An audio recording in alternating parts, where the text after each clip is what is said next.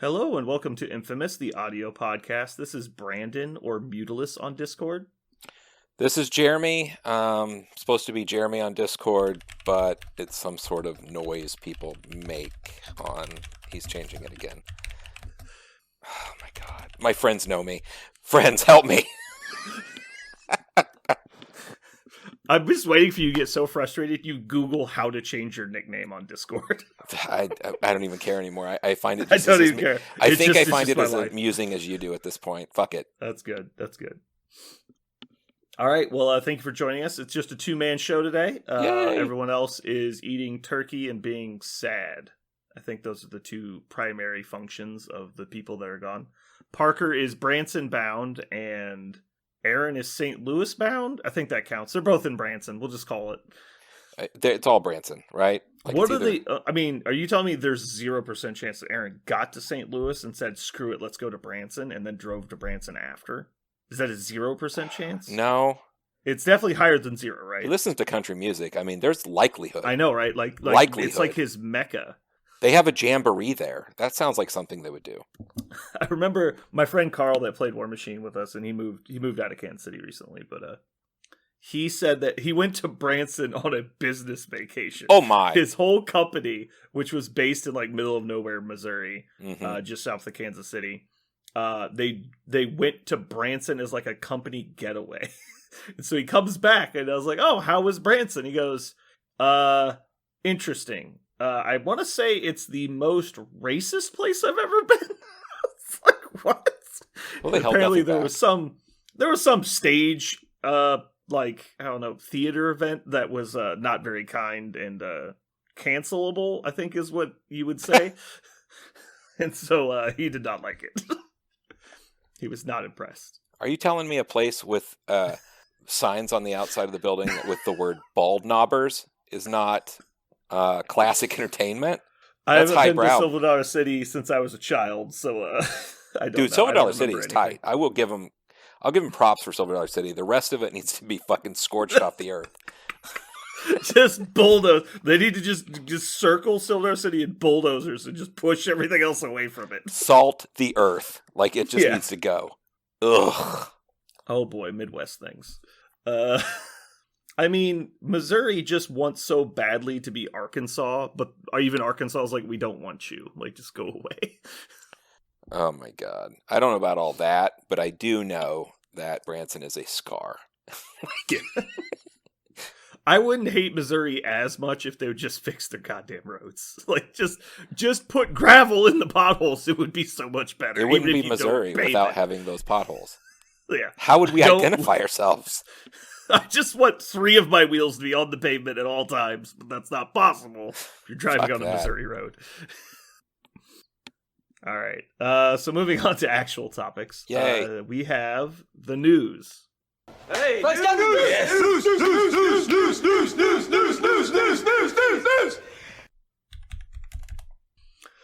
So today, I didn't actually dig that deep into news because I didn't think we'd have any. Not much. But I did see that I shared this one. AMG posted a teaser on their Twitter account, and they say, "Watch out, Spider-Man! There's a new villain charging into town." And then they show like a heavily cropped photo that is some gray, muscly figure running, and Spider-Man's in the frame. It's Rhino's butt. It's Rhino's foot. Ta-da. Yeah. So I don't think there's any way it's not Rhino. If you guys think it is not Rhino, I guess good for you. I don't know. It's obviously Rhino though. So are we excited because of Sinister Six? Is that what we're looking at here? I just like Rhino. Rhino's a cool villain. He shows up in a Jim Butcher novel that he wrote as a single standalone, his only MCU thing he's ever done. Really? Yeah, and it's called Darkest Hours. It's written by Jim Butcher. It's a fairly short book, but it follows Peter in a advanced timeline. It's pretty late into his career, and he's fought this guy named Morgan, which is like a space vampire kind of character. But they feed on the spiritual energy of totems, and the totems that they look for are any entity that carries some kind of animal spirit within them. And so Peter, obviously being a spider, and being a very powerful individual in his own right, attracts this creature named Morgan, and they have an epic battle. And Parker's talked about this in his Comic Corners, and where it's like it was weeks long, basically war in New York City, and no matter what he tried to do, he could not kill this guy. He's basically an immortal vampire from space. And they end up he ends up basically giving it like radioactive poisoning, and like tricks him into like a nuclear reactor, and like basically kills him that way, I think. And he had help because like his like Igor type like assistant character betrays him at the end, and so it's like the only reason Parker gets out of it. But this all happens before the book, and the book picks up years later in when Morgan's sister and two brothers come to New York. And that's where the book picks up. But Rhino is featured pretty heavily in the book, and they do a really good job of humanizing him and making him an interesting, intriguing character. And so I really liked how they did that. But also at this point, this is pretty far into Rhino's story, and he's already, at this point in the story, he's had genetic mutations done to him, to where he is even as strong as the Hulk at this point. So he's like an actual serious bad guy threat, not just like a joke villain. And it's a pretty cool story. I highly recommend it. Jim Butcher's a great writer. He also writes my favorite novel series, The Dresden Files, which I cannot recommend enough. There are currently 17 books out for Dresden Files, and like 3 or 4 short story anthologies on top of that. At this point, we should be getting some sort of like royalties. You've mentioned I don't need it, Jim, but no, it's just good enough. There are a few things I will promote for free, and Dresden Files is definitely one of them. I've heard nothing but great things.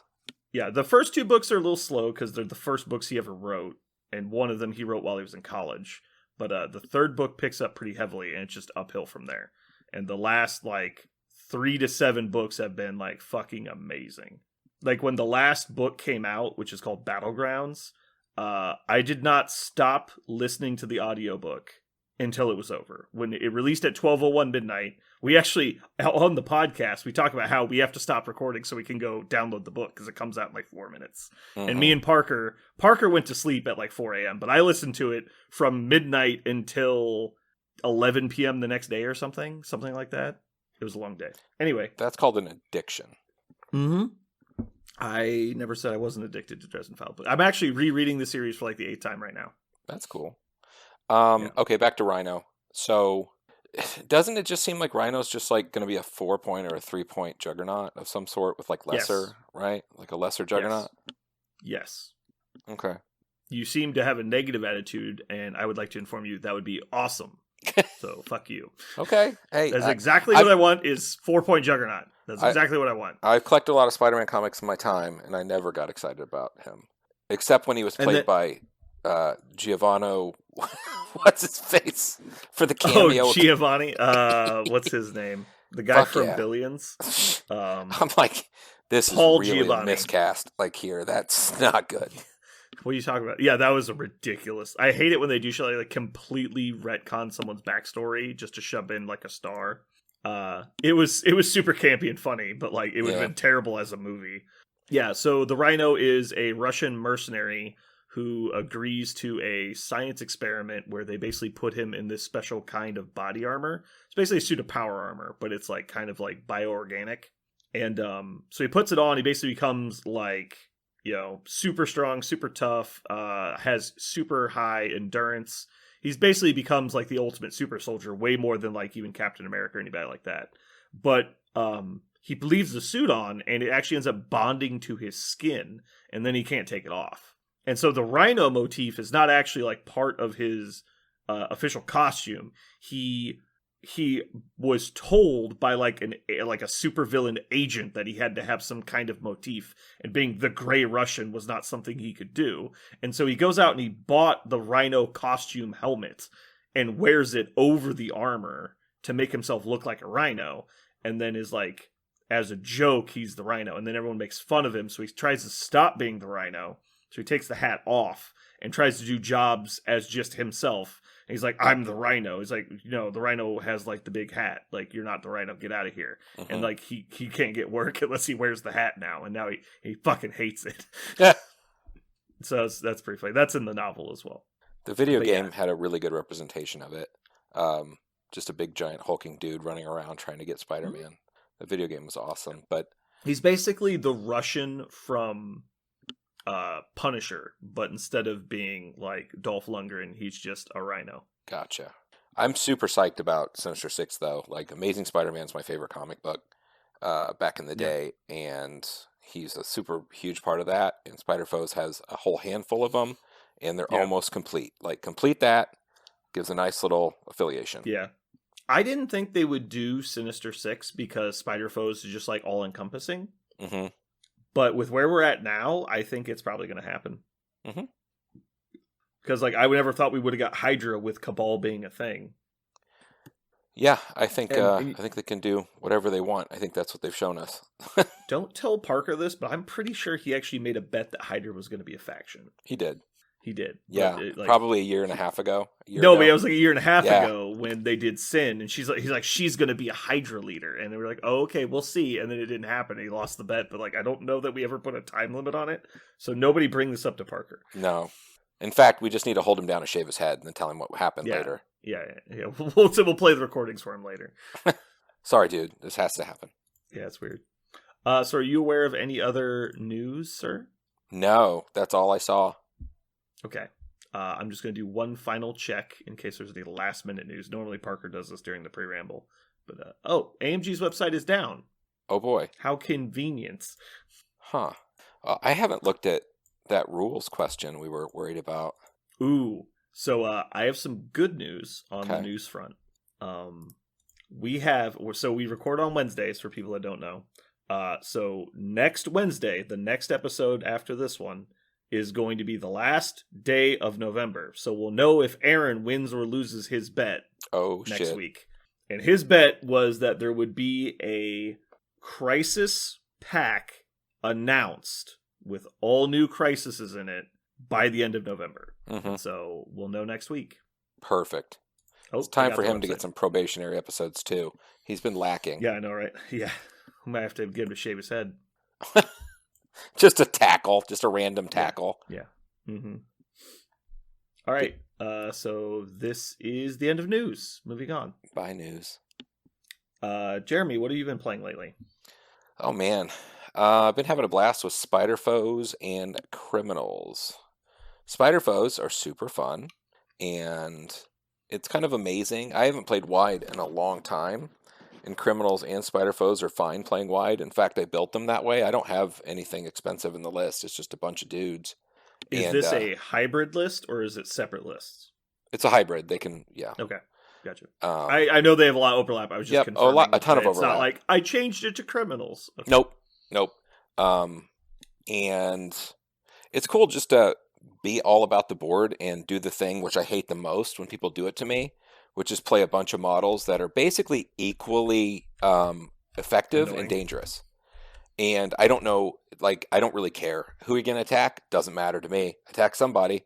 They're going to bite you back. And it's just been a blast. And depending on what the missions are, I can shift and really be effective on pretty much anything I'm playing on. Very, very cool. So I've been having a blast with that. I've probably played 8 games or so with that combination and just having a good time. Cool. I have been playing Convocation still, but I'm looking to make a change, and that'll kind of lead us into our main topic. Is I want to build a Hydra list, and on the topic of what you've been playing, Spider Foes, Mhm. I tell people that I think Spider Foes is the best kept secret in all of MCP because they're the anomaly. Everyone can tell you that taking lots of 4-point models is dumb, playing lots of attrition only models is dumb, and you can't have no like real scenario strategy and win games. And they like literally do those 3 things and win games. And it makes no sense. Like they break the normal format, which is Mhm. considered the meta, right? And so Yeah. I love that about them because they're just better at what they want to do than you think they are. and they're just a little harder to kill than you think they are, Mm-hmm. and they have a little bit more board control than you think they do, and it's like just enough to get by with doing like a completely off meta list. I love it about them. I agree with all of that. I haven't played a game with Spider Foes where I thought this just isn't going to work. Like, I'm not going to win this. About halfway through, I always feel I've got at least a 50-50, even at my worst case scenarios. And that's different than playing 3 models, like, turn 2, what's going to happen. They do. They have 1 extra health than they should. And they're all medium bases, which people don't realize, or at least a lot of them are. And they usually, their defense is good, and half of them have some sort of goofy thing that attacks you during your own turn. Like, people don't understand like how crazy that is. They're like the ultimate trap card faction. That's just a bunch of gotchas, and it's hard to. There's so many of them. It's not like any one is really strong, but there's so many. It's not even that you forget about them. It's just that you can't not trigger them. Like, there's just too many effects. Yep. It's like, I can't not attack Venom, and not attack Sabretooth, and not move within range 4 of Goblin, and not move within range 3 of Mysterio, and also not hold objectives, and also not contest objectives. Like, I can't do all that. Like, right? It's just not even an option. And so you just have to walk face first into their abilities. There's nothing you can do about it. And they have one of the strongest cards, tactics cards in the game.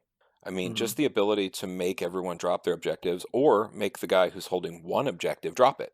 There's nothing they can do to stop it. It just happens.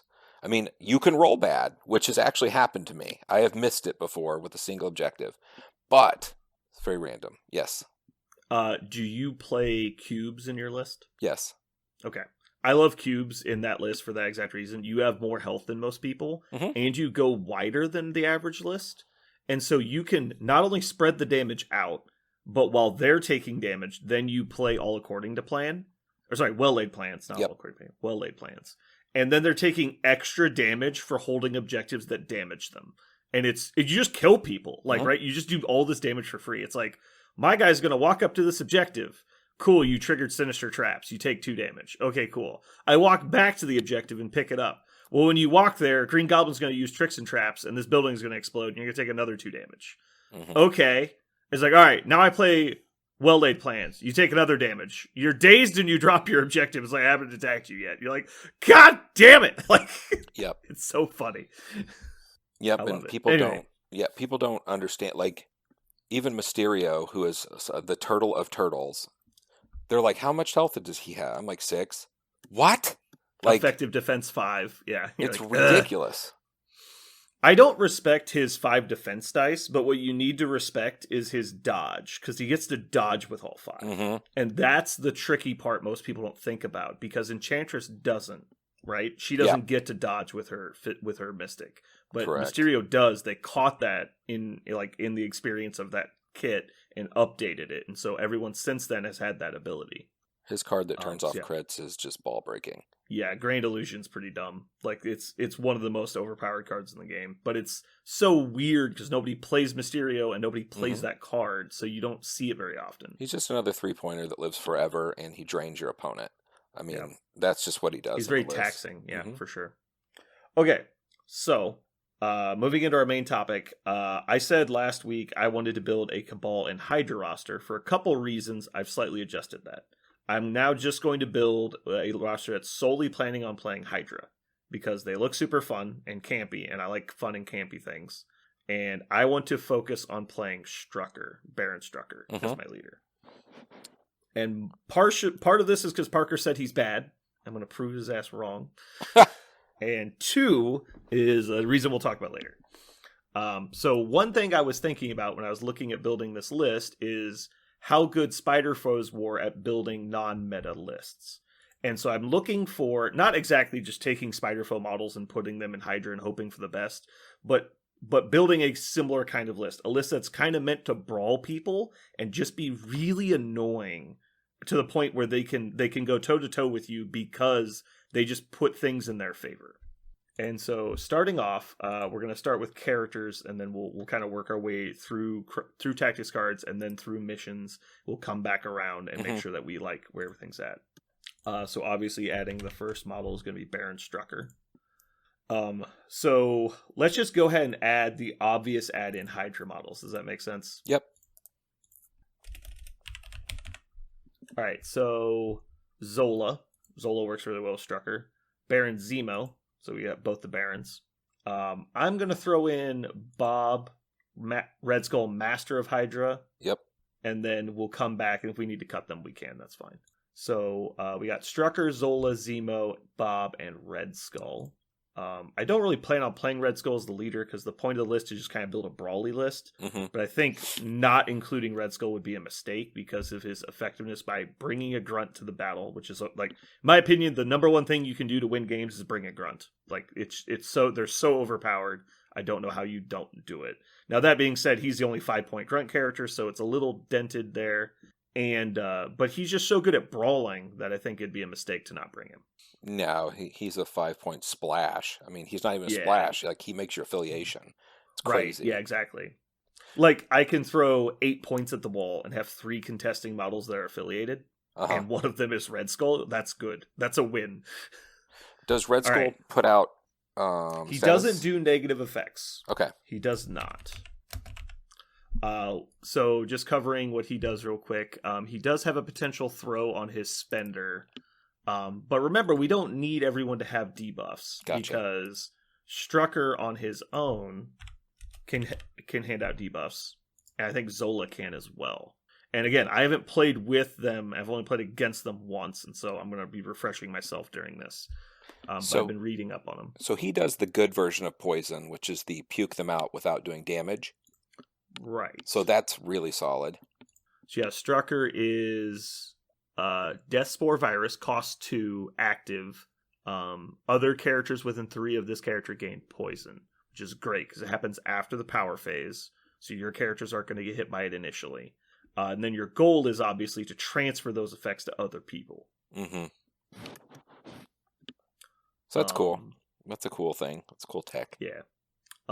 People like to hate on arrogance because it's technically not good because both people count skulls in the roll, but the attack roll is generally going to have more dice in it than the defense roll.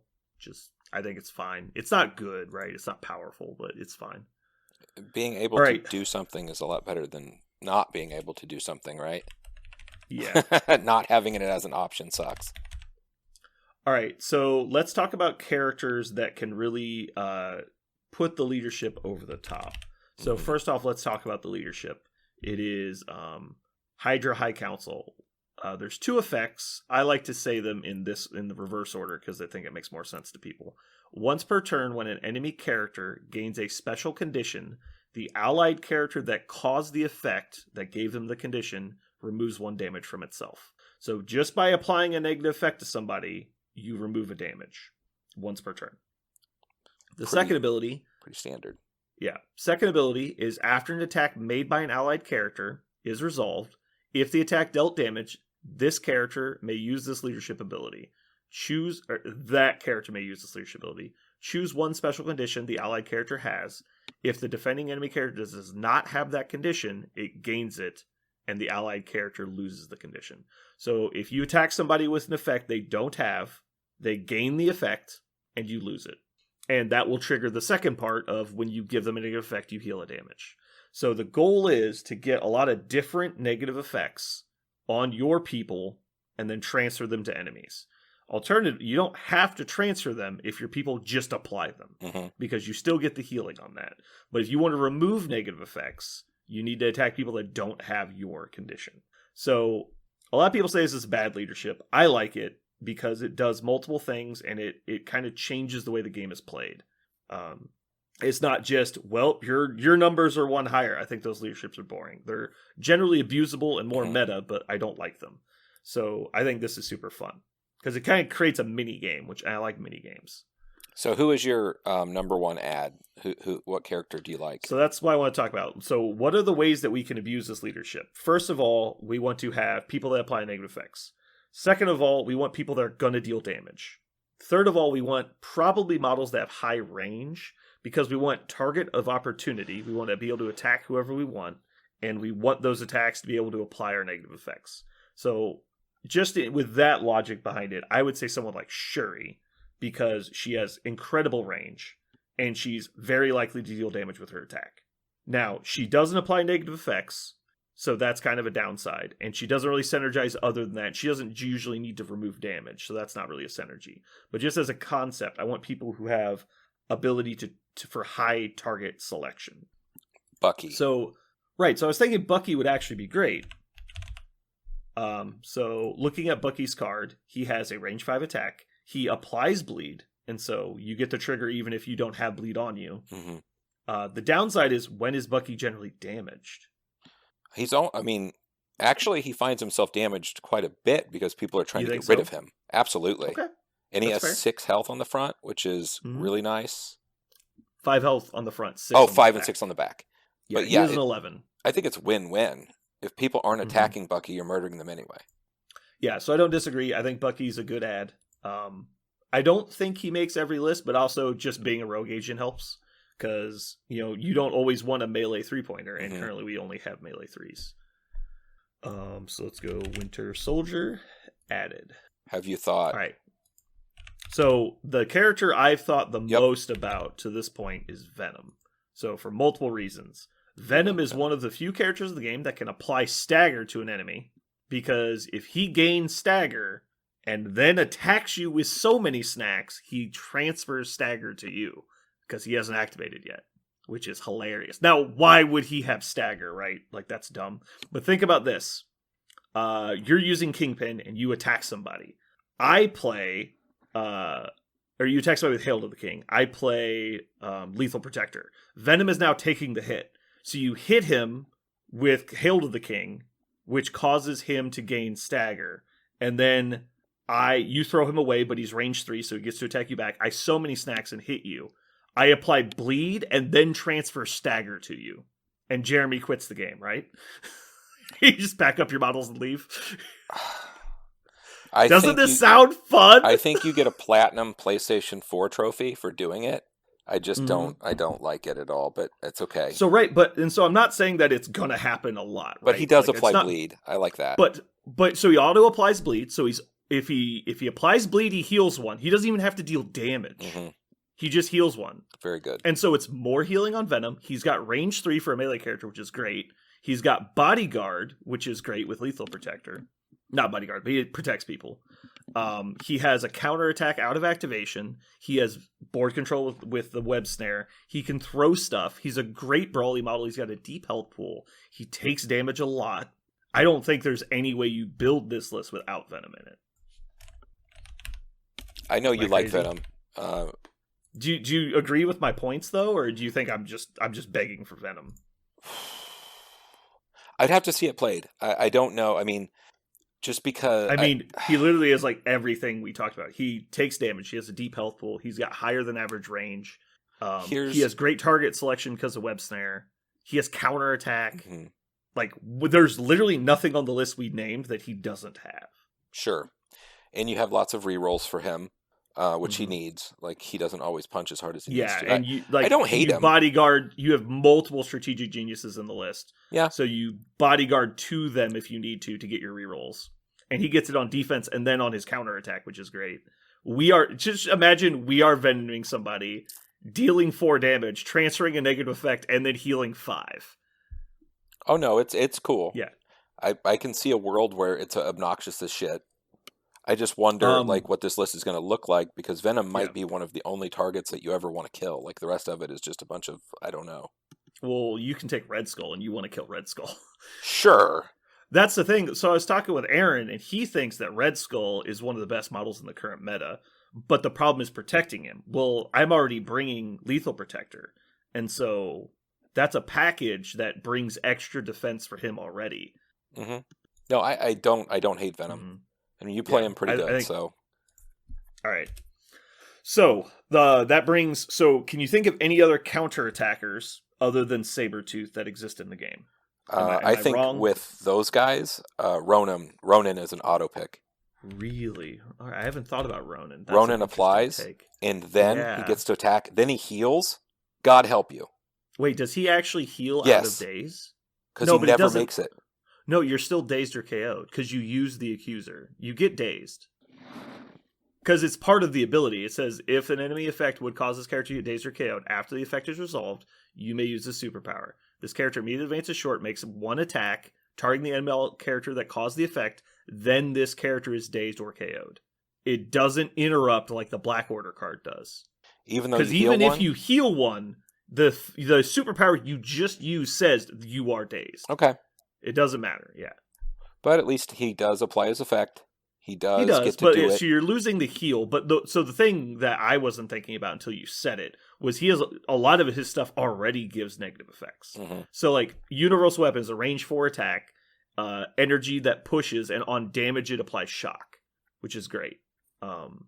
Judgment's great, getting to judge people because they attack you, which is another way to heal. And you just I apply didn't think about right? this. That like you just sounds... apply judgment. Like, here you go. Oh yeah, if they attack anyone within 3 of them, you just apply judgment. I didn't think about that at all. Judgment would be amazing with Red Skull in your list too, because then they can't really attack him back. Right, you poison people and judge them, and it's just like, ugh. Like, it's like, miserable. Congrats, have fun shaking. Like you just have to shake those effects. You can't sit there and do nothing for the game. The other one I want to do is stun and poison. Just get people stunned and poisoned. They get like 1 power from getting dazed. It's so annoying. Okay, I like Ronan. I'm going to put him on the list. I did not think about that at all. That's a good job by you. Okay. So we've got a lot of expensive characters now. Let's try and start thinking about cheaper people. What about Who's Black Widow? She has stun on her attack. She also has stagger. Yes. She's actually really good with that kind of thing. So let's see. Widow Sting drains power, which is cute, and then Mixed Technique staggers. Are you talking about Widow 2 or Widow 1? I thought Widow... Oh, no. I would say... Well, so Widow 1's good, because she applies the stagger and whatnot. But I was actually thinking about Mystique. Mystique's build... Or Mystique's spender. Yeah, stun before damage. Yeah.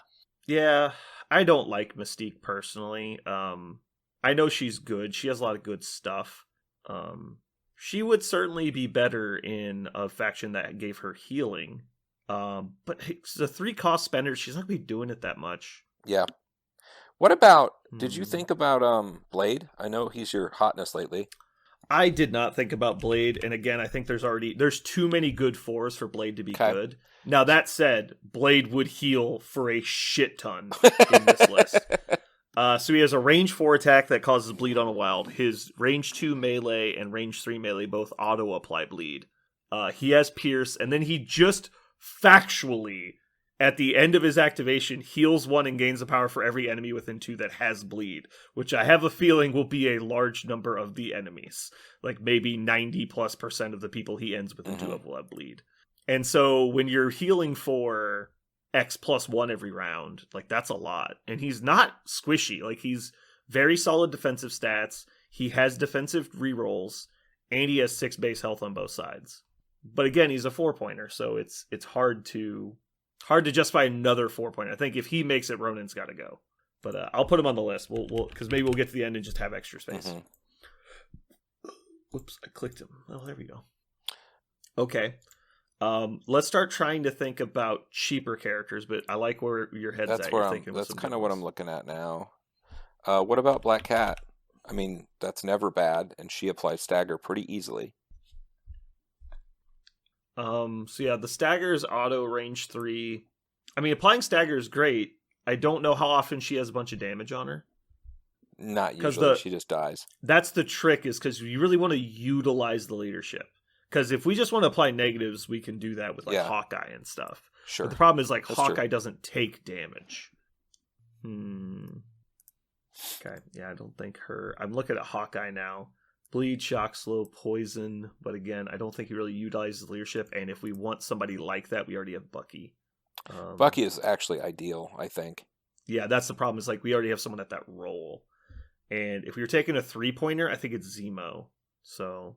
Yeah. Because we already have 2 affiliated 3s. I don't think taking Black Cat's going to really change the math. The only reason would be because we thought the steal would be really advantageous. But I can't get her the extra power, so she's kind of just hanging around until she gets the power. I guess if I was willing to take Red Skull's leadership, she'd get there faster, but I'm not really at least, so. Okay. Oh, This one is an auto include. I forgot about this guy. Baron, because you need all the Barons. Mordo. Yeah, true enough. So this guy's the other all-star, other than Venom. So first off, he's got deep health on the front. He commonly takes damage, so he likes to heal. He causes damage to other people, which lets them heal every round, which is great. So you guarantee you're getting usefulness out of the healing. It costs him 2 to give people within 3 of him an extra 2 dice on their attack, and then they suffer a damage. And so I believe because they both are after the attack is resolved, you get to take the damage and then heal it with the leadership instantly. So you effectively just don't take damage as long as your attack applies a negative effect. And then he can, as an action, gain 2 power. And so he's standing behind all your people, just slamming his stick on the ground repeatedly, gaining power, and then all of your attacks get +2. Yeah. Yeah, I love that's this nice. guy in here. His range 4 attack applies Hex on a wild. His 4 range 4 spender applies Incinerate and Poison. And then he can spend 2 power and target an enemy within 3, and most negative effects on them spread to all enemies within 2. And so once you've got all of these effects on somebody, you just push them to everybody else nearby. Like, you use Venom, throw them into somebody after they've activated, and then Mordo runs up and just spreads all the negative effects. Mm-hmm. He spreads Hex, Incinerate, Poison, and Slow. Yeah, he's a good one for negative effects, and you can use him for healing. Mm-hmm. So Mordo's in. I've got another 3-pointer for you. Oh, hit me with it. Hood. Oh, yeah. Hood was going to be on the short list as well. So he applies Bleed to allies by healing them, which is great.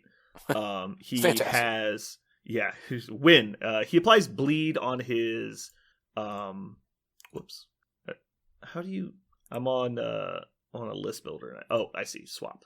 To get to possessed side. He applies Bleed, I guess, on his Razor Talons on his possessed side, which is whatever. It's fine, I guess. But he also has... So this is the... Let me pull this up real quick. Scientific Method is one of their tactics cards that I've been trying to figure out how to use. So Zola spends 2, choose another allied character with of threat 3 or less within 3. They suffer 2 damage, and for the rest of the game, the chosen character gains these 2 special powers. One is a range 2 6 dice mystic attack that counts their skulls. The second one is when they attack you, you get 2 extra defense dice unless they spend 2. And so if they attack Hood and don't spend the 2, he gets +2 defense dice. He can use Invisibility Cloak, go up to 5 mystic counting blanks, which is really cool. Yeah, so Hood was definitely going to be in. I like that. Got another 4-pointer for you. Okay. What do you think about Sinister? Ooh, Sinister's always a hard buy. He is a hard buy, but when you can heal him by applying Root, I mean, it makes you want to spend Root. I didn't think about that. Yeah, spend 0, apply Root to somebody. Because it's just a, oh no, it costs 1 It power does cost and 1. a genetic token. Okay, it costs 1. So that's fine, but Sinister's problem is always with power generation, and I don't fix that. He's always hard to kill. I don't think that changes. But yeah, I couldn't give him enough power to use his attacks all the time. Yeah. And as cool as it would be to clone somebody and world domination somebody and get like 2 extra characters. Oops. Oh my god, it would be hilarious. Like, talk about living your dreams. It's the best. God, that would be like, here's a 4-pointer and a 3-pointer. Like, what? What if you the only more just straight like insulting thing you could do is use the Hydra card to summon Sinister, and then Sinister clones somebody after that. That would be the only more insulting thing you could do. Oh my god. And the person he clones is Kraven, and then Kraven Fearful Symmetries into Spider-Man. Like, that would be... Jesus. By the way, if you can ever, like, do this in a game, contact me. I will give you something. Like, I need confirmation for your opponent. Please don't cheat. But, oh my god, I need to know that this happened. Like, my life will be complete. We can finally tell your tale. Yeah. I can't do it, but like if we were playing a joke list and like the goal was just to like Rube Goldberg somebody to like, all right, so hear me out. After 4 steps, we will have a Spider-Man on the board. You're like, but you can just take Spider-Man. It's like, shut up. Like, you're not listening. By turn 5, it will be done. Yeah. I feel like when you do that, you just like, I don't know, you just like ascend or something. Like, I don't know what happens. So if you put Bucky in your list and you also put Nick Fury in the Howling Commandos, it is quite the shit show if somebody knocks you down. Because they also have grenades that give out Incinerate. Range 3. I mean, they're a really good combo, especially if you've got Bucky. So grenades are a 1-cost range 3 4-dice ability that auto applies Incinerate. And they can help you move. Their base attack is a gainer that has pursuit. Before damage is dealt, this character may advance short on a wild range 4 5 dice. And then their big spender, the show's over. We found this out at Warfare because somebody brought it up. They have an ability called Pour It On. It's like Rapid Fire, but it just generates a whole nother attack that can target somebody else, which is super cool. Yeah, it's pretty neat. It is a second I've got your back. So I was thinking at this point, wouldn't we just take Domino, though? Because doesn't she have a range 4 grenade? She does. And she also has Rapid Fire, but it's shorter range. But she has, Super Dice. And her Super Dice plus rerolls might be cool. Well, Domino doesn't place anything, and I just think of ways to make Red Skull good. If that's your heavy hitter, and Fury can make him really good. Because he can place them. Wait, what? Sibling in Arms. So it's reverse Hydra tactics. It's what Medusa has. Yeah, it's reverse Hydra. Well, Medusa can do either. Yes. Yeah. But yeah, just the ability to place a model is pretty silly. And that is interesting. They're only a 3-point model, and they produce a lot. Every time I've played against them, they always make their points back by far. They're pretty nasty. But Jeremy, I already have a grunt with Red Skull. I can't take this grunt as well. There's only so many grunts. Mm-hmm. So I don't like that. I don't think they really synergize. They're really squishy. Mm-hmm. They don't really apply negative effects on their own, kind of with grenades. But like I said, if you're taking them, that's really to move Red Skull, which isn't really. That means they don't have any power left for grenades. Sure. I don't know. They'd probably be fine. I think it's worth keeping them in mind. I think I would rather take Domino, and I don't really think I want to take Domino. Yeah, I know she's not your favorite. Now, Punisher's your favorite. What do you think about Punisher? That's not a problem. Okay, I didn't think about him, but now that you say that, he does have aim me shot. Some Punisher. Well, yeah. So that's the thing. I'm thinking about aim shot. So he gets stunned and slow. So that gives me a range 5 stun attack that does good damage and slow. And everybody in your list has fucking rerolls. So like, he's getting rerolls. He's getting to apply. It's just one reroll. How many Barons do you have, man? You have 2. It doesn't stack. It's the same ability. Oh, is it? They're all called the same. Mm-hmm. I just know you love yourself some Punisher. All right, so take a second and try and think of everyone in the game that applies Incinerate. Toad is the most common. Okay. But the easiest way to apply it is grenades from Domino. Yeah. Is there any way we can just search for people that do this? I don't know. Yeah, I don't know if there's like a database of like negative effects. Human Torch.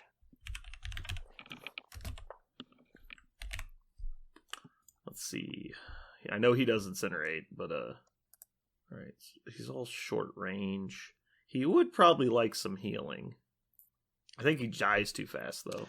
I think Toad, because like his 5 on the front, if you could heal him a little bit, becomes very obnoxious. I don't hate it. It's a solid 2-point option. The only downside I see is that he doesn't have long range attacks, and he is still squishy, even though he's not squishy for his point cost, but he is still squishy.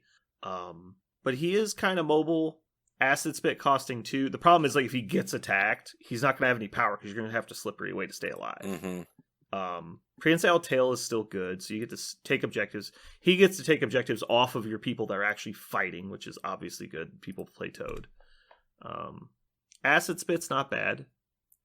I don't know how often he'll deal damage to trigger the leadership, but auto-applying Incinerate will heal him 1. There's also Ghost Rider, and his card, he can apply Incinerate to you automatically. Oh, what about, that reminds me. I don't think I want, that's too many points. What's her name? Magic. Yep, Magic can do it too. Yep. Yeah, so if I'm doing that, I would just take Magic instead, but I don't think she... Okay, so her 4-cost Darkchild Spender range 3, bleed and incinerate, and then you count their skulls. But that's her only negative effect she does. It's not bad still. She's okay. She has energy absorption on mystic attacks. Cable. Again, I think that's too many points. But He has too many points. You wouldn't. I don't think you use Cable in that list at all. he does incinerate at range 5, though. That's something. Are you just going through line by line looking for incinerates? I was, and now I'm kind of looking around. I think I found them all. We're pretty damn close. Yeah, there's not that many. It's obviously a strong effect. You know who's Crimson Dynamo applies shock very easily. He's really good. And healing Crimson Dynamo? Oh my god. Again, I don't like Crimson Dynamo, but let me take a look. Ugh. So he's shock on a wild on a beam 4. He has ability to gain power. I cannot overstate how much his disruption field is effective. They attack him or an ally within 3. Reroll up to 2 of the attack dice. Yeah, that's good. That is very good. That is real good.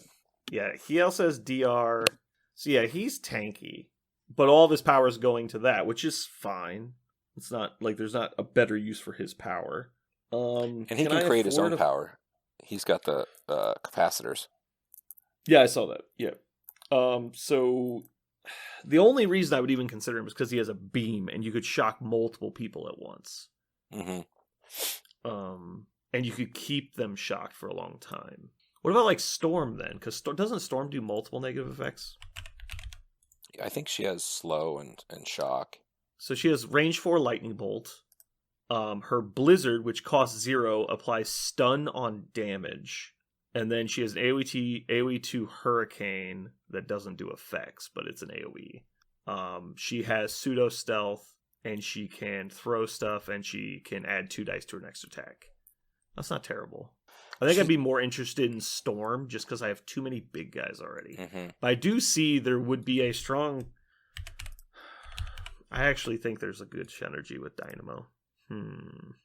Oh shit, you know who does incinerate? Ultron. He's a 4-pointer as well. Let's see, Ultron. Energy on a wild. So you're basically losing beam on the same point frame to pick up a better throw, or a good throw, instead of no throw. And that's pretty much it. Yeah, I don't think I'd take Ultron. Gotcha. Yeah, I would definitely rather have Dynamo. I'd rather see Ultron than Dynamo. You would rather play against Ultron than Dynamo? That makes sense. I hate playing against Dynamo. He's awful. All right, so it looks like, we have 13 characters right now. So we're at Strucker, Red Skull, 2. Zola, Zemo, Bob, Winter Soldier, Venom, Ronin, Blade, Mordo, Hood, Sinister, Dynamo. Okay. So we're going to add a couple more, because we're obviously going to make some cuts. Let's sort by threat value. Okay. So we have Bob in the list already. Other good options for 2s. We have, I'm just going to go through all the 2 options. Okay. Wong, Toad, Rocket, Okoye, Nebula, Honey Badger, Bullseye, and Black Widow. Bullseye applies bleed. That's what I was just looking at. Yeah. So Bullseye applies bleed, ignores cover, fine, whatever. His rapid fire attack, doesn't it do something? Oh, it's just bleed. So I think I'd rather have Toad than Bullseye. None of them are affiliated except for Bob. Bob doesn't do negatives, but he's got Hydra Tactics for mobility, and he's got, obviously, the big damage, which is cool. Nebula does stun, right? Doesn't she do stun and shock? She does do stun and shock. And she likes scientific method, too, I think. Yeah, because she gets a defensive reroll, and she's a 3/3/2, which make her a 5/5/4 with a reroll. The only downside is her health pool, and she also already heals for 1. And so she'd basically be like a little X-23 in our list. Mm-hmm. And I'd rather apply shock than bleed with my list, because a lot of my people apply bleed, and I need to apply different effects. Gotcha. Okay, so I like this. This is something. She's also immune to bleed, poison, and stun. That's funny. She's a robot. Yeah, she's a robot. That's fine. But also, she's just deadly as fuck, right? Like, she's super, super efficient killer if she gets in there. Okoye would just be a bodyguard, really. I Rocket doesn't do anything, does he? Maybe on his suspender. Nah, Nothing. it's just the Vortex. So I'm gonna put Toad on the list, and I'm gonna put Nebula on the list. Okay. And we're gonna call it good on characters for a bit. We're gonna move on to tactics cards. Okay, so we're gonna start with affiliated. All right. So I've taken some time and reread the card Endless Legions. I don't know if you guys listen to our tactics card review podcast. This card, it lets the Hydra minion, the Grunt, is effectively immortal when you play this card. I think that this card is the worst card in the game. I was totally wrong. This card sucks. The problem being that they resummon for free, and if they keep getting damaged, they get pushed out of location. The only time I think it has any value is if your goal is to have the Grunt on one side of the board and Red Skull on the other, and want to maintain that. I can't because imagine it being worth the tactic spot. Right, because they just auto-summon for free. Yeah. It's just so bad. I didn't realize that at the time. Oops. I honestly didn't realize they were going to resummon automatically. All right, so Inevitable Betrayal is during the cleanup phase before victory points are scored. If an allied character may spend 8, choose an enemy within 2 that does not contest secures. So this is really big if you're about to win and you put you over the top. I don't know if it's worth it. Occult Research is cost 10 on Red Skull. Red Skull and everyone within 2 of him are staggered, and then he gains an additional action during all of his activations for the remainder of the game. This applies staggered enemies. I don't know if you were aware of that. Wow. So we're putting that in. And first card, everyone's staggered. Everyone's staggered. So yeah, I don't know that will stay in, but I always wanted to try that card, so I'm going to at least give it a run. A staggered scientific seems good. Yeah, Scientific Method is good, obviously. So that's going in. High Council is the one where you get another character, right? Yeah, you get another character. I don't think we're going to do that one. That's the one where Richard almost pulled it off. Yeah, he would have pulled it off if he didn't mention it. Like, he literally was like, I'm about to High Council. And Aaron goes, what? It's like, no, you're not. He's like, yeah, I am. I only need, 2 more things. And he's like, wait, what? And he, looked at the card. He's like, oh, shit. And he actively tried. He's, trying to daze specific people. He just wouldn't have said anything. He would have got it. So Zola is contesting a secure. Schmidt is not dazed and has 6 power. Zemo has dazed or killed someone. And Wolfgang Strucker is not dazed and is within 2 of 2 or more enemies with poison. So the important thing is that Zemo can be dazed when you play this card. That's the big one, is I think people don't realize Zemo can be dazed, so it makes it easier. I mean, it's not impossible, but... I mean, technically he could be KO'd, and it still counts, as long as he did his job. Yeah. 2 more shall rise is you change leaderships. I'm not doing that, because we don't have any other leaders. World Domination is going in. So World Domination is if you control all secures, an allied Hydra character may play this card. You gain 1 victory point for every 2 secure objective tokens you're holding. Additionally, each character you control gains 1 power for each 2 objectives you're holding. We'll talk more about this later, but it's going in. It's broken bullshit, but continue. It is pretty busted. We'll talk about it later. Yep. Okay. So those are our objectives, or those are our affiliate cards. We got 3 of them. So moving on to restricted cards. So let's see. Advanced R&D, Brace. We have a lot of small people. I think Brace would be good, so I'm going to throw that out right now. Disarm would actually be not bad. Follow Me would be interesting. Steal Priority, maybe, because if you're taking a grunt character, you can effectively make your 6 wide a 4 wide with Follow Me, which is really, really crazy. And so if they daze 1 or 2 people out of nowhere, you can just activate 3 models in a row, and you're like, oh shit. Indomitable. Patch Up, I think, loses a lot of value when you're already playing healing, and you're playing a lot of little guys. Sacrifice would be interesting, but not required. I feel like Sacrifice is where you want to be. Really? You think so? Yes. You have a grunt. No one wants to waste a gigantic attack when you've got a fucking grunt to sacrifice to. It's awful. Why am I getting pings? Shouldn't be playing my pings. I don't know what's going on. So anyway, or Indomitable. I like Indomitable a lot. I was kind of thinking Indomitable as well. So you can't sacrifice to the grunt, obviously. I'm going to lean towards sacrifice for the moment just because I'm planning on playing Red Skull, and I think it's important to make sure Red Skull stays up under any circumstance. But I don't know that it's like the long-term play. I think I'm probably going to end up switching it to Indomitable. But also with Brace, Indomitable is less important. I think, honestly, Disarm might be like the way to go. I don't think anybody plays Disarm right now, but I think it'd be really good if you could pull it off. Because their whole point is we're trying to debuff people, and so like just keep shutting them down turn after turn. And so like, you know, Disarm's obviously strong. Could be. Problem is, I think we're planning on not having priority, and Disarm's obviously better with priority. So let's move on to character required cards. You've got Hood's Gang, if you want that. Well, the first one we're doing is Lethal Protector. Oh, yeah. I'm just going down the row here.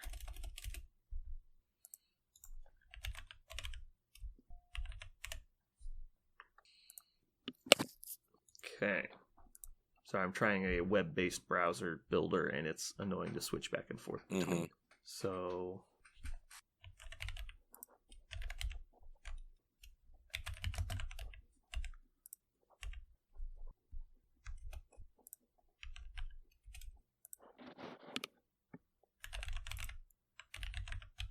So we could take, I know it's not a tactics card, but we could take the Power Stone on Ronan, make him 5 points. Trying to think if you would play him naked or not. I don't think you would, because you wouldn't have enough power to actually judge people. So I'm gonna tag that in here. Yeah, Ronan's only really good when he's got the stone, I think. Yeah. All right, so it's Power Stone. Moving on past Ronan, Blade. Blade doesn't have any cards. Hood. Would we play Hood's Gang? It's usually one that I'll put in the pile and then look at it later when you get the rest of them. Yeah. If Scarlet Witch uses her Winds of Change card or whatever, that one that gives everybody debuffs, does she just heal back up? It's each... The leadership is once per turn. Okay, so it's you only heal one per. But yeah, she would heal one when she used it. But also part of it is you can choose allies, and allies you choose can heal. So she could do it and heal too by choosing herself. That's actually somebody we didn't think about because she applies negative effects. And she's a good hitter too. Yeah, she hits hard. Chaos Magic applies Bleed, Hex, Incinerate, and Poison. 6 dice.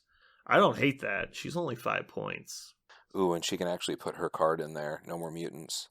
Mm-hmm. That's always good. The fuck, Jeremy? How'd you forget Scarlet Witch? Fucked up, dude. I won't say I fucked up. I fucked up. So the problem is like there's so many characters that synergize with this leadership because of like interesting like abilities and negative effects they apply to people.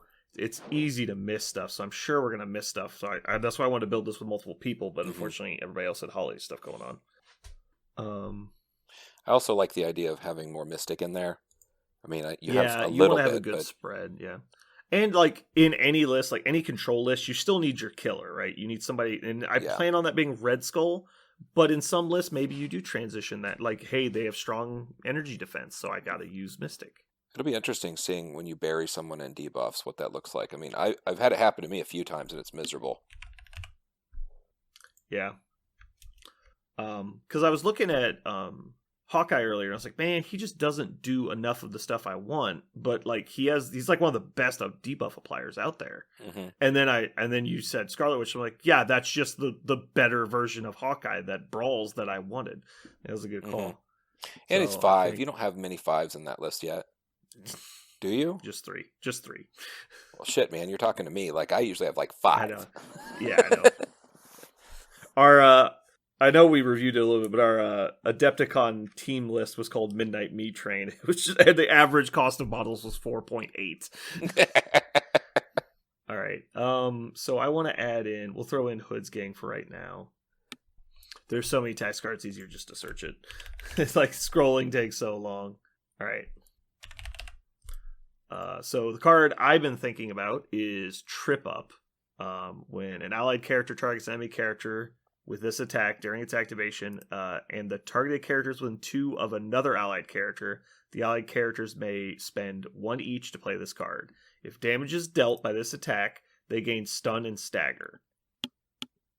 It's not restricted, which is great. It's super great at locking people down. I think people forget about it.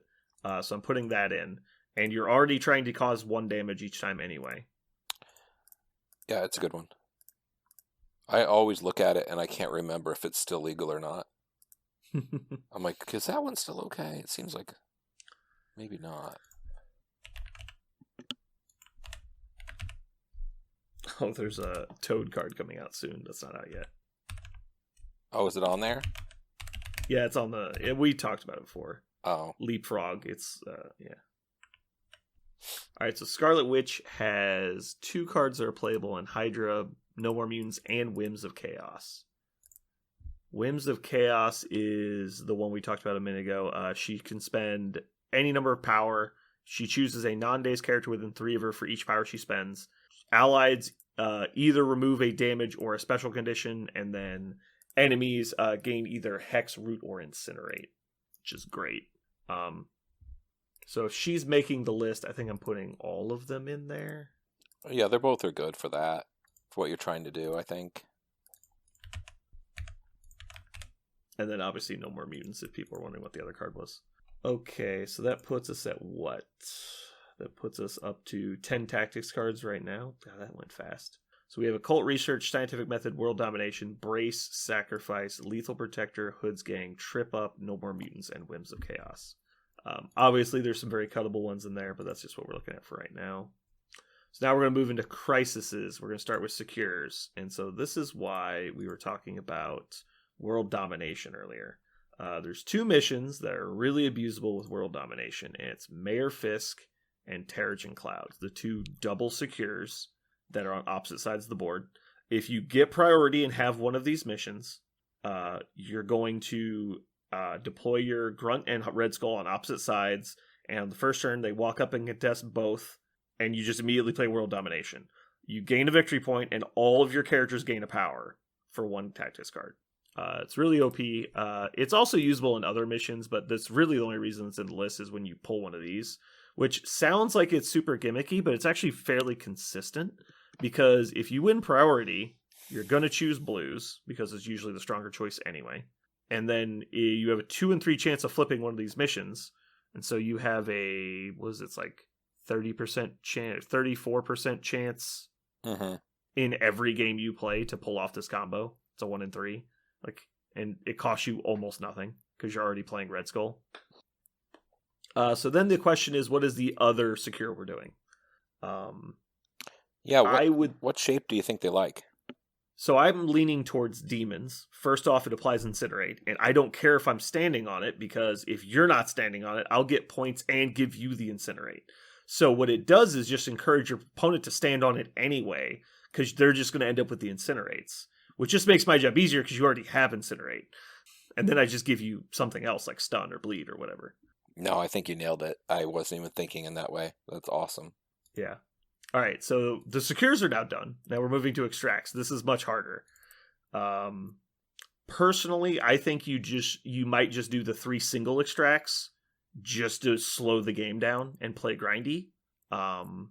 The other thing you could do is do like cubes, because you go fairly wide and you have healing, that you might just try and outlast them with cubes, but also increases the scoring rate, because the secures we took are like the lowest scoring secures. And so I think I want to keep it low. But I think we also have to assume that if I've lost priority, because it's the only time I'm choosing reds, so I'm assuming I lost priority, I would rather take a extract that de-incentivizes going first, which I think all the single extracts do. There's always the chance they just find it on their first activation, but I have Red Skull, so there's a chance I might just blow them up. Like, I don't know. Research Station, I think, is probably fine, but it's, again, abusable in case they're going a super tall list. I'm a fairly wide list. Montesi would probably be fine either way. It also gives me an energy beam attack on some of my random dudes like Bob. I don't hate Cube. I don't know about Spider Infected. I feel like you go everywhere. I don't hate Montesi. Worthy would be interesting because Red Skull is a monster if he gets the hammers, but he's not as easy for him to collect a bunch like it is for Ghost Rider and Doctor Strange because they're so fast. I feel like the problem is with Red Skull, he's kind of a sitting duck because he's not mobile in this list. So I think I'd want to avoid hammers. If I was playing like, I don't know, X-Men, I'd probably be more inclined to do hammers. I'm trying to think what opponents think when they're playing against Hydra. I really don't even know. Yeah, so ideally in perfect list building here, we'd be looking at what my weakest matchups are and choosing extracts that de-incentivize those lists. But I don't know what my bad matchups are yet, so I think I'm just going to wing it and play single extracts, and we'll come back with revisions and change those based on what I learn, is what I'm leaning towards.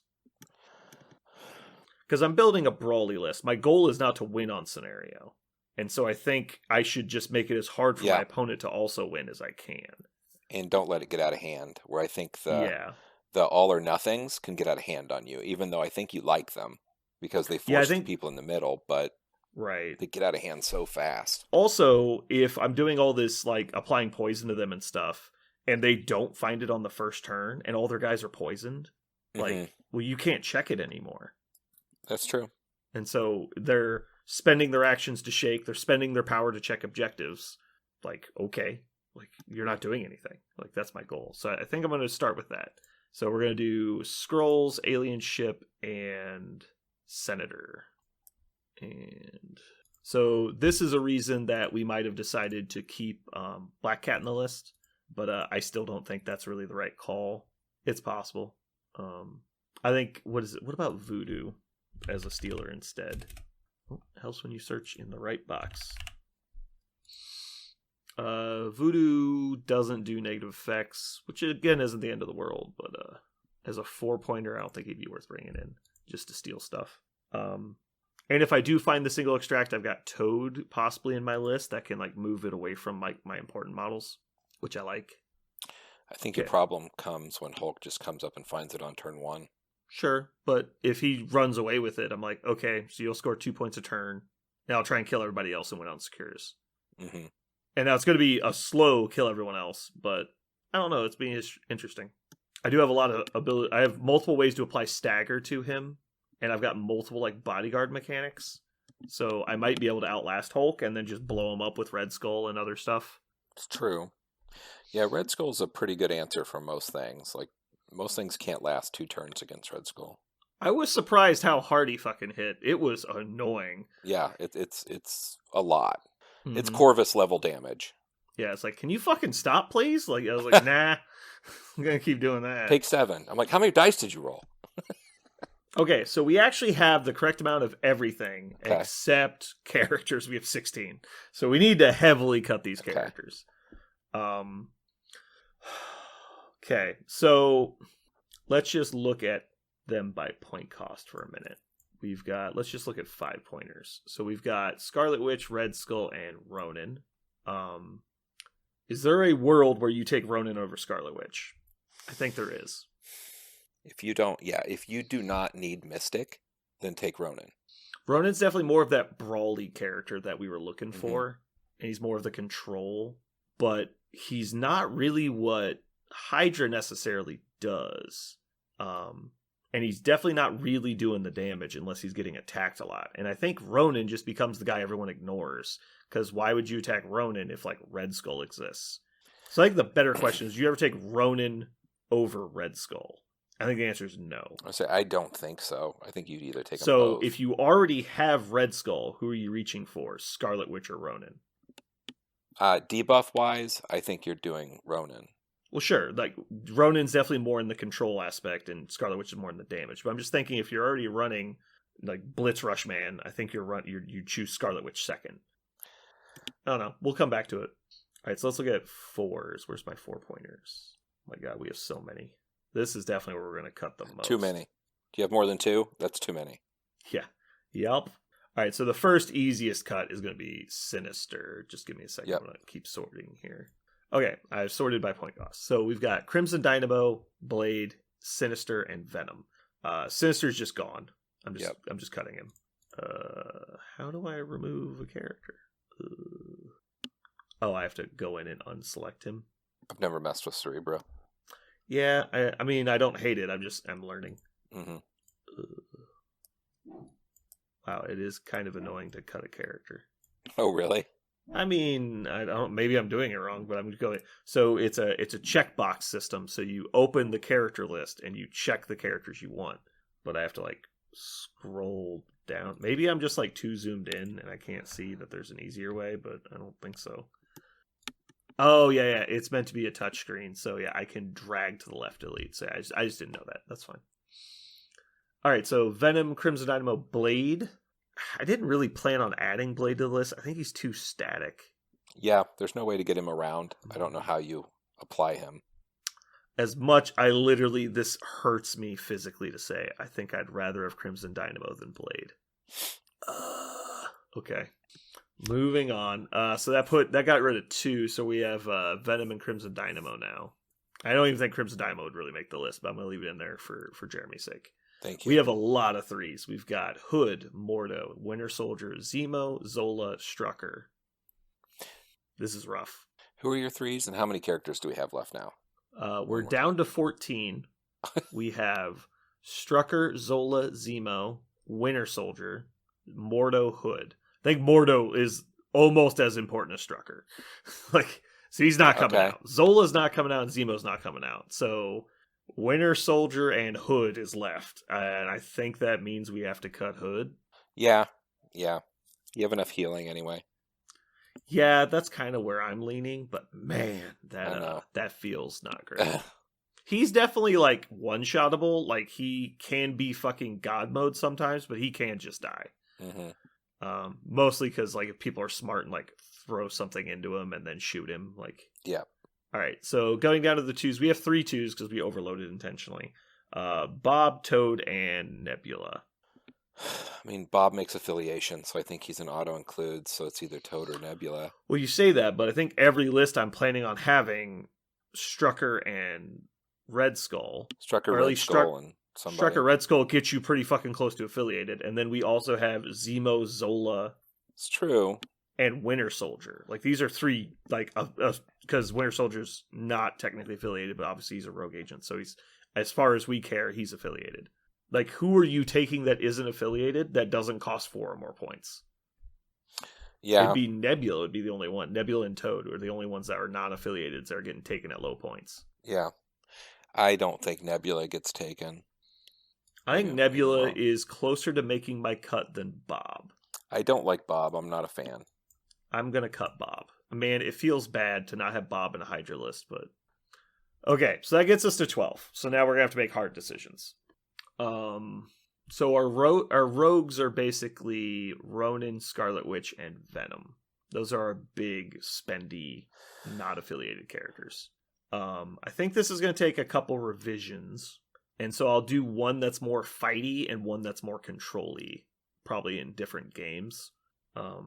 So because we've cut Hood, we need to look at the Tactus cards later on, because Hood's gang is now gone. Mm-hmm. So what are just good generic cards, like Recal, probably? Recal would be the next one, I would say. I was eyeballing it pretty hard. Wait. Missing. Wait. I just remembered. What about kick them when they're down? Oh, God. It's gonna work. Cost 2 power. Choose an enemy character. While targeting the chosen character with an attack this round, allied characters may reroll 1 die for each special condition they have. I think it's funny. We're putting it in.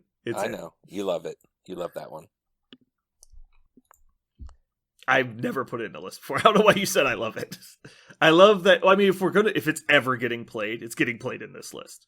And that's the other thing. Is like, what happens when they just like jam Malekith into you? It's like, he went first, right? Cool. I have 4 people left. Everyone get him. And it's like obviously Malekith's a bad example because you can't reroll. But yeah, it's like Hulk or whoever. Yeah, like whatever big character that gets jammed into me. I don't have that super potent. I can just take you out. But like with that, it might put you over. It's basically Dark Reign. Like anyway, it's cool. I think I'm gonna cut Ronin. Okay. I don't hate him, but man, I think he's gonna take way too long to get in the fight. And the good thing though is he'd be judging people in the meantime. How important is judgment? Oh my god, it's huge. God, it does seem good. It's so good, especially when All they're right, trying well, to... I'll just cut Red Skull then. Oh, don't do that. I know, I was just Merciful fucking God. The thing is Scarlet Witch adds so much more dimension. Like, Yeah, I think she does. Like, she adds real threat. Like, because Yeah. the thing is, like, oh, well, I'll just go in and kill Red Skull. Then what do you do? It's like, well, Scarlet Witch was standing 2 inches behind him, so you're dead. yeah. Like, oh, shit. like, that's correct. I mean, I hate to say it too, but like Zemo's next on the chopping block. I would concur. I believe that is what I would say too. All right, so we're gonna do this. I have 12 characters left. I'm gonna start with a killy list, and if it isn't great, I'll transition to a control list. So what I'm gonna do is I'm gonna cut Toad, keep Nebula. I'm gonna cut Ronan, keep Scarlet Witch. Okay. And then I'm gonna play some revisions with that, and then I'll switch both of them back. So I'll cut Scarlet Witch and Nebula for Ronan and Toad. You've chosen play violence. that for a bit. I've chosen violence. And then also in that revision, I'll probably cut Kick 'Em When They're Down to like Recal or something equivalent. Sounds good. I mean, that's a fun. I think you'll have fun playing it. Yeah, I think I will too. I'm actually really excited. I wish we were playing games tomorrow. I would love to jam this. And maybe we'll play some games this weekend. I was planning on being up at the store on Friday. Not me. Not you. Okay. Nope. Okay. Well, so for final review, we have our list is, let me sort it real quick. We have Baron Strucker, Red Skull, Master of Hydra, Scarlet Witch, Venom, Crimson Dynamo, Zola, Zemo, Winter Soldier, Mordo, Nebula. And our cards are Occult Research, Scientific Method, World Domination, Brace, Sacrifice, Lethal Protector, Trip Up, No More Mutants, Whims of Chaos, and Kick 'Em When They're Down. Secures are Mayor Fisk, Terrigen Clouds, Demons, and extracts are Alien Ship, Scrolls, and Senators. So I'm going to play some games with this, and I'll report back next week, hopefully, and we'll have some more info. Sounds fun. I hope it's cool and works out. Yeah, I think it's going to be fun. This just looks like a fun faction to play. You always have something to do. Yeah, you get to do stuff. It's always fun. Like, even if your guys are dying, like, it feels very Hydra, because you're like, oh, you've killed so-and-so. It's like, I don't care. Like, that's not why I was here.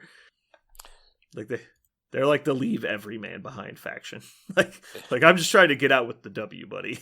Yep. Yeah, it is. It's always fun playing something that you always have things to do and a potential out, and you've got enough models and things to do that. Again, I like the idea of burying people in status effects. It's so miserable to have it done to you, and to be on the other end of the giving is just awesome. Yeah, I want to take some time, sit down and look through all the characters probably over the weekend, and I'll come up with any like cool interaction we think we missed. But I expect what I'm going to find in my first couple games is that I have an overabundance of like 2 effects, and I need to diversify more. Mm-hmm. And that will probably lead to more revisions as well, where it's like, all right, well, I just got to get poison and hex or some other combination of effects into the list so I can keep spreading more stuff. And I think Ronan is going to be the big concession I have to make. Because Scarlet Witch doesn't do judgment, right? Yes, she does. She does? Yes. Bleed, hex, incinerate, poison. No, she doesn't. Oh, she judges in a different way. I totally forgot she had curse. She judges too. Yeah, why didn't you tell me that? Well, hers are. I just remembered, and also hers is different. I hate you. Yeah. Hers is different. Oh, it's not as good, right? His Correct. is way better, but his is just like, you touched my friend. Judge. He doesn't have hex bolt. Oh my god. So before Hydra came out, I told Aaron I was going to build a taxes list where I just play all the characters that deny power to my opponent. And I was just going to make every game the most miserable fucking game for me because I have 0 power. I would walk around and try and punch people with like strikes that are like shocked and like you're judged when you're doing it. Like it's just the worst. And she was in that build. And it was like her and a couple other people. Loki was in it. And so I might eventually transition to that as well, because Strucker would be a good one for that too. And do like a Loki, Scarlet Witch, Hydra build, where it's just death and taxes, like everything you do is just like all the negative effects, no power, and you just drain the life out of people. I think it'd be funny. Yeah, I mean, there isn't currently anything like that that's been effective in the big game. I mean, Mm-hmm. it seems like it would be, though. I mean, it's just awful. It feels awful. You're like, just daze me, for Christ's sake. Just daze me. Yeah. I'm sick of this. Just kill me. There's definitely times where I'm like, well, I'm like shocked and bleeding, so it's like, just fine. He's going last. Maybe he'll kill him. like just save me the effort of double shaking. Like it's like once you get staggered, you're like, I don't care if I die. like whatever. And that's why I want to play Occult Research. It's like, what happens when 3 of your characters get staggered? It's like, can you even kill Red Skull if you're triple staggered? Like, I don't even know that you can, especially when like he gets healed. Like, oh my god, yeah, it's gonna be great. Cool. All right, well, I think that's gonna wrap it up for our main topic. At least, Jeremy, do you have anything else you want to cover on the main cast? No, sir. I'm good. All right, we'll go ahead and get out of here. This has been Brandon, And Jeremy. and you've just listened to Hail Hydra.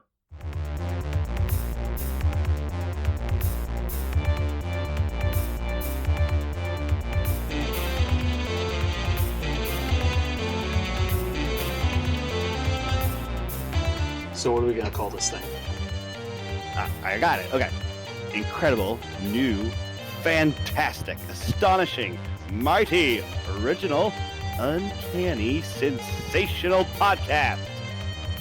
I'm just gonna put down infamous.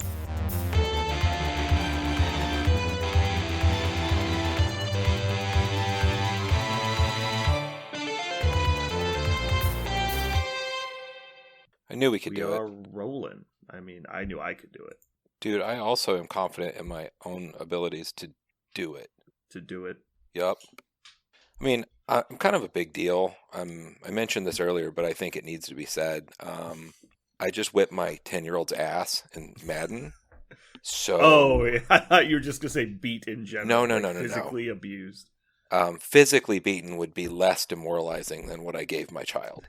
What was the final score? Um, I know it's not going to sound as good as you want it to. I think it was like 20-26 or something. Like I dominated, obviously. Yeah, obviously the biggest blowout of all time. Yeah, I was I was telling my girlfriend that I beat him, and I could hear my kid from upstairs going, "Quit talking about it. It makes me feel bad." That is a good one. That's a good quote from your child. Hey, it's all about memories. It's all about memories. Yeah, making those lasting, scarring memories. Don't they all scar? Like I just assume Yeah. it's all just damage. There's nothing built. Yeah. I think this is the first time it's just been you and me. I've done an episode with just Parker. No, we've done it before. Have we? It's just Have we been me and you solo? before. Yeah. I guess there was a lot where Parker was gone, but before we had 3, this is gonna be the first Yeah. duo episode since Aaron joined. It's been a minute. We've had 4 or 3 Yeah. for a very long time. I mean, I guess it's time for me to quit letting Aaron carry all the weight and just like phoning it in every week and actually like do something, right? Whew. I mean, I didn't want to state the obvious, and I didn't want to hurt feelings. That's all that's important, you know. Aaron's like, well, I'll join, but like I don't want to like mess up the vibe, and I'm just like slowly like it's like when you like you're walking and like you're both carrying like a bunch of heavy things and you're just like slowly putting some of your things on their pile when they're not paying attention. It's like it's been that for months. Oh my god. He taught me how to play Blood Bowl by beating me. He showed you? Yeah, he was like, "Here's how you play. Don't do any of this, and also you lose." I was like, "Fuck." Yeah, that's a pretty standard thing in Blood Bowl. It is. I don't even want to say probably. It's the best game GW's ever made. Now, that Actually, being said, Yeah. there was a large portion of the time period of the game, in fact, the majority of Blood Bowls past, where the rulebook was 100% fan-made. And so there's an asterisk next to that best game they've ever made part, but go Mhm. ahead. I mean, technically, he let me win, but we talked through most of it, and it's pretty cool. Like, if I wasn't so invested in Crisis, I'd definitely check it out. I like to So, play I games put- people are playing. I put Blood Bowl in that same category that Monpok was in. It's a absolute blast to play with people you enjoy playing games with. Mhm. And it's a fun tactical game that is solvable, right? Is it? Like, yes, Blood Bowl is 100% solvable. There's an objectively best move every turn of the game, every game you'll play. And like, because the game comes down to individual percentage-based decisions. And so at best, you'll ever get to a pick'em, right? Where it's like these two actions are equivalent value and importance. So you get to pick one. But really, it just means you're doing both, just one at a time. Yeah. There's almost never a true, like, well, this is just kind of your choice. Like, it's almost never. There's always a statistical best option. It did seem like, yeah, I mean, the ebb and flow of it was everything that did not require a dice roll, you do those. Yeah. So those are just, and then if it requires a dice roll, do the ones that are most likely, and then you do the hardest thing at the end. It's like playing a game of War Machine when you don't know how long your round timer is. It's like, well, I got to get the most important stuff done, but I need to do the stuff that I won't get interrupted on. Like, right? Because if I like move here and trigger a counter charge, then my whole turn is done. Like, it's going to mess everything up. And so because there's that catastrophic, when your guys falls down or you drop the ball, your turn ends. And it's just so catastrophic that could happen. You need to play around assuming you're going to fail everything you do. Yeah, I think it's that part that intrigues me the most. It's the only game I've ever played that has the catastrophic failure built in. Like, you cannot do that or you fail and start. I'm like, wow, that's pretty epic. Yeah. The problem I have is because the game is solvable, you get the competitive Blood Bowl people are just like mostly following scripts of like what you do with each individual team. And not like their individual play, but like, well, if, let's say, for example, like, because the tournament scene for Blood Bowl is they basically advance your teams about 10 to 20 games worth of experience. But in that, you don't have to roll for anything. You just pick everything you want. So it's like a la carte. What can you build? It's like, so it's just different than regular Blood Bowl where you're trying to work towards things. And every time you play a game, your team's going to change. And so, like, you might have a guy break his leg, or a guy gets killed, or a guy misses 3 games or something. Maybe someone loses movement because, they get old or something weird. There's all kinds of stuff that can happen. Yeah. And so you can't just script your way to a certain point team. And I don't like that you do that for tournaments. Like, it feels like it takes the entire point of the game away, which was like to play it as a league and play like a progression style game. I could see that. Yeah, I don't know. There's something about it that just gets me. I think I love the game. It's actually super fun. But yeah, I think you need to play it on a timer, like a strict timer, because just like every squad-based game, it's better when you don't have somebody sitting there doing the math on every action. Yes, I agree. Like, oh my god, dude, come on. And I don't think there's too many bad offenders of that, but I used to play on 3-minute timers when we played back at 31st Century, and it was a blast because you always had people just like you get like halfway through your turn, you're like, all right, I've activated 2 people, shit, and then they start frantically doing things, and the game gets way more fun when that happens. Oh my god. But yeah, so we moved to the Geekery, and we started running the KCBBL, and that was the official Kansas City League. And there's a lot of people I played that would take 15, 20-minute turns. I was just like, it just lost all interest at that point. Like, they're sitting there like, all right, well, I have 11 characters. And it's like, this guy can do one of these 3 things. This guy can do these 3 things. And it's like, they're making notes of like, and it's like, if you can't see it, like, if you can't look at your team and just instantly know which moves are probably more important than others, like, you need to develop that skill, and I don't want to be the person you develop it against. I don't know if that's fair, but like, I have 0 patience when it comes to like board games. It's like, I do not want to sit here and wait for you to like learn the game. And so it's very hard for me. I get so impatient and it just drives me insane. So I just don't play. I mean, same reason I don't play board games. Like, I played a few rounds of Dominion, which was a really fun like deck building card game. It was the first deck building card game. And we would sit down and like, okay, and everybody draw their first hand, and everyone at the table would know what their first 2 buys were based on your opening hand, because you either get a 5 and a 2 or a 4 and a 3. So that's how much money you had. You'd buy a 4 cost or a 3 cost, and then, vice versa. And so, like, there'd be a new person would sit down, they'd draw their hand, they'd go, I have 3. And then they'd look at the board, and they'd read every 3 cost card. And I'm like, okay, first turn, I understand they haven't played with these cards before. Then we get to the next turn, and they haven't, like, drawn their hand yet for their second turn. Oh my god. Like, And then they read all the 4-cost cards. I'm like, this is not going to go well. And then the next turn, we get to their turn. They haven't reshuffled yet. So now they're shuffling all their cards back together while we're waiting. And then they draw their new hand. They go, okay, I got a 3. And they read all the 3-cost cards again. I just walk away from the table. I'm like, I'm not playing this. Goodbye. And I just leave. Like, I was like, I can't do it. I'm going to kill somebody. Like, something inside me just breaks. And I want to murder people. Well, Dominion has its own problems. I mean, I always felt like Dominion was like the deck building version of masturbation. Like, people would build their own things. They'd take an incredibly long term doing nothing that dealt with anyone else but themselves. Village. Well, I have 5 actions left. Well, what do you do? I don't know. And you're like, oh my God. Oh, make a guy, make a village, make some money, make the money, make more money, make this, make another guy, double it up. I'm like, dude, I really don't even give a shit. Did you just win? I don't know what's happening. Yeah. And, it wasn't super well play tested the first set. So, like, there's a lot of broken combos. And it was just repetition. Whoever knew the best combos. Like, when they came down, you would insta-buy things out, and then nobody else had a chance. But anyway, it was just kind of like that. It's like, I have this thing goes off inside me because I'm trying to play 3 turns down the road, and other people don't know what the cards in their hand do. And I can't sit here and do it. It's so boring. So it'd been a minute since I'd played a 40K game or like a Games Workshop game. And when we're doing Blood Bowl, he's like, okay, roll.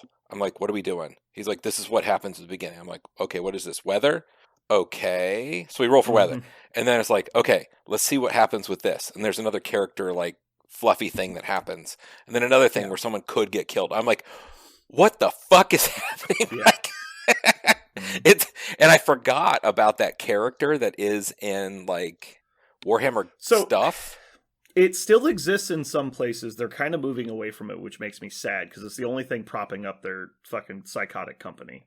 But like if you read the fluff of Blood Bowl, they pray to the god Nuffle, which is spelled in FL. Oh God. And so I didn't realize they found these ancient historical documents, which were they dug up on these like ancient stone tablets, and then they designed the game of Blood Bowl around the rules for Nuffle. Oh my God. And so it's literally just like a parody joke, like of just satire. It's great. And so all that stuff is amazing.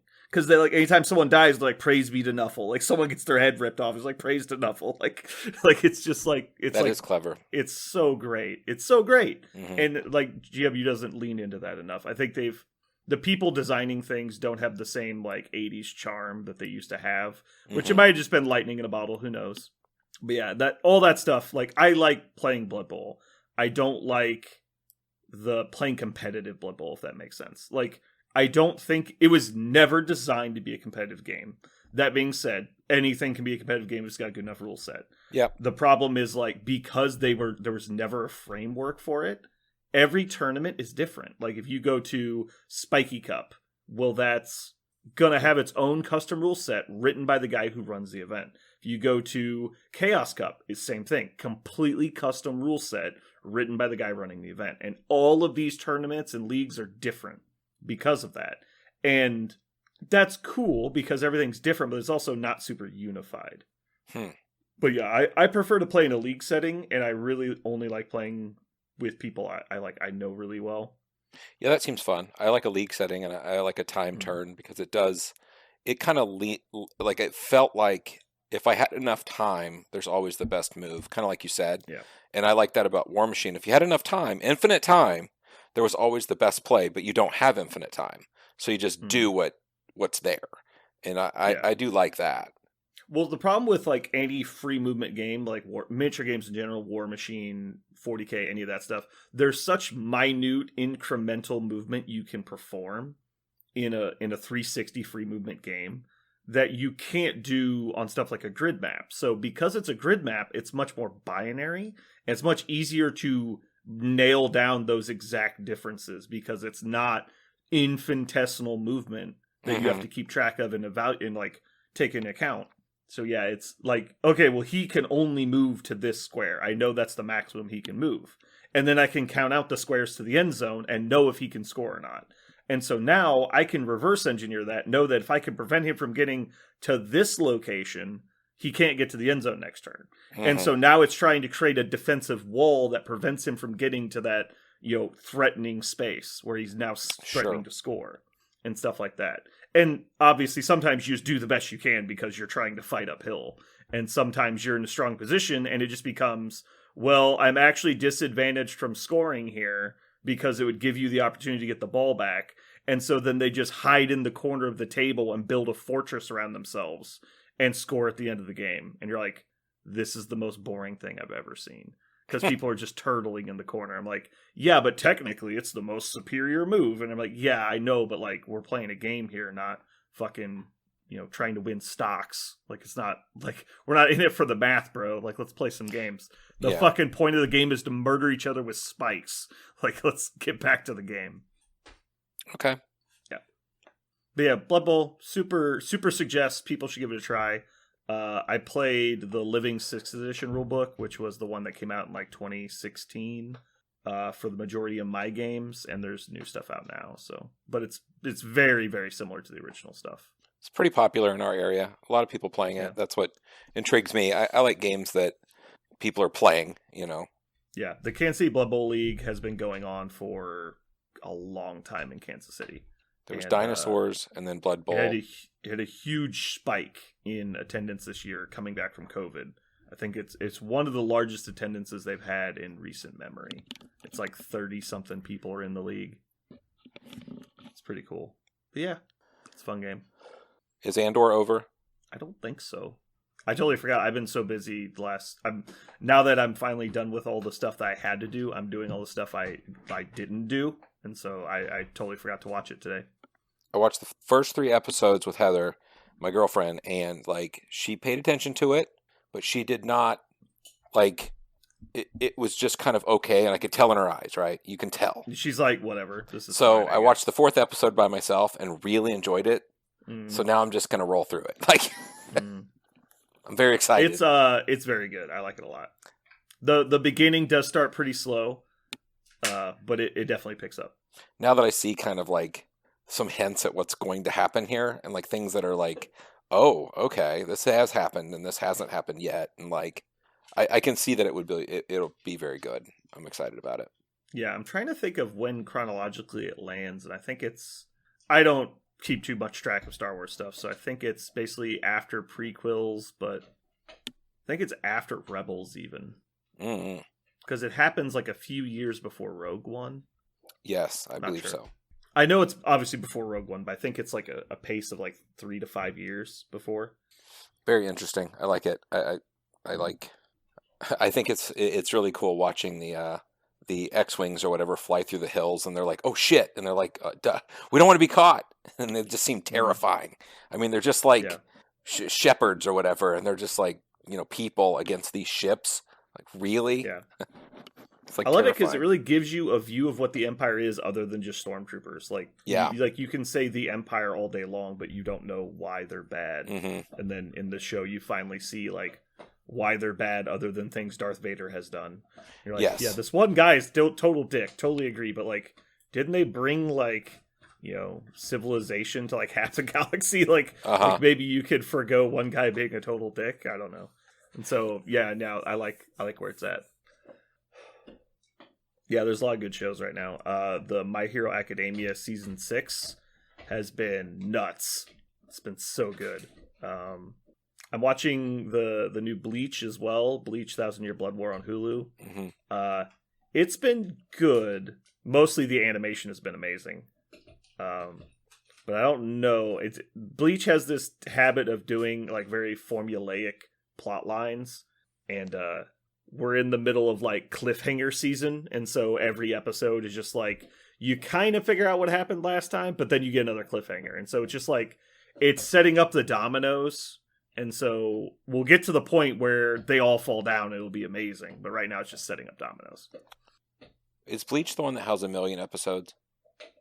That's One Piece, I think. Oh yeah, that's what you're talking One about. Piece is the incredibly long one. It's like 1,100 episodes or something.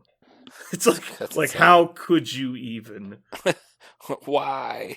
I mean, I say that I'm at like 825 myself. Why is that show called Bleach? I don't know. Okay, maybe no one knows. I don't think anyone knows. I think we'll see. The problem is like Bleach specifically is much better as a Japanese audio or in Japanese, because a lot of the things that are very obscure words that translate very clunky. And so, for example, the name of the place a lot of the characters are from is called the Serete, but in English it's said Soul Society, which is just kind of clunky compared to it. And like the characters that are like these, they're like reapers kind of. And so they're called Shinigami in the show, but in the English dub they're like Soul Reapers or Death Reapers or something like that, which is everything's very clunky when you translate it to English. So I don't know if like the Bleach is like kind of lost in translation or something. I don't know if it's a reference to something subtle and it just didn't get translated well, because I watched almost the entire show in English. Gotcha. But I think it has reference to a little bit of the main character, but it might also just be like one of those pop culture words or something they're using. I don't know. I'm sure someone knows. I don't.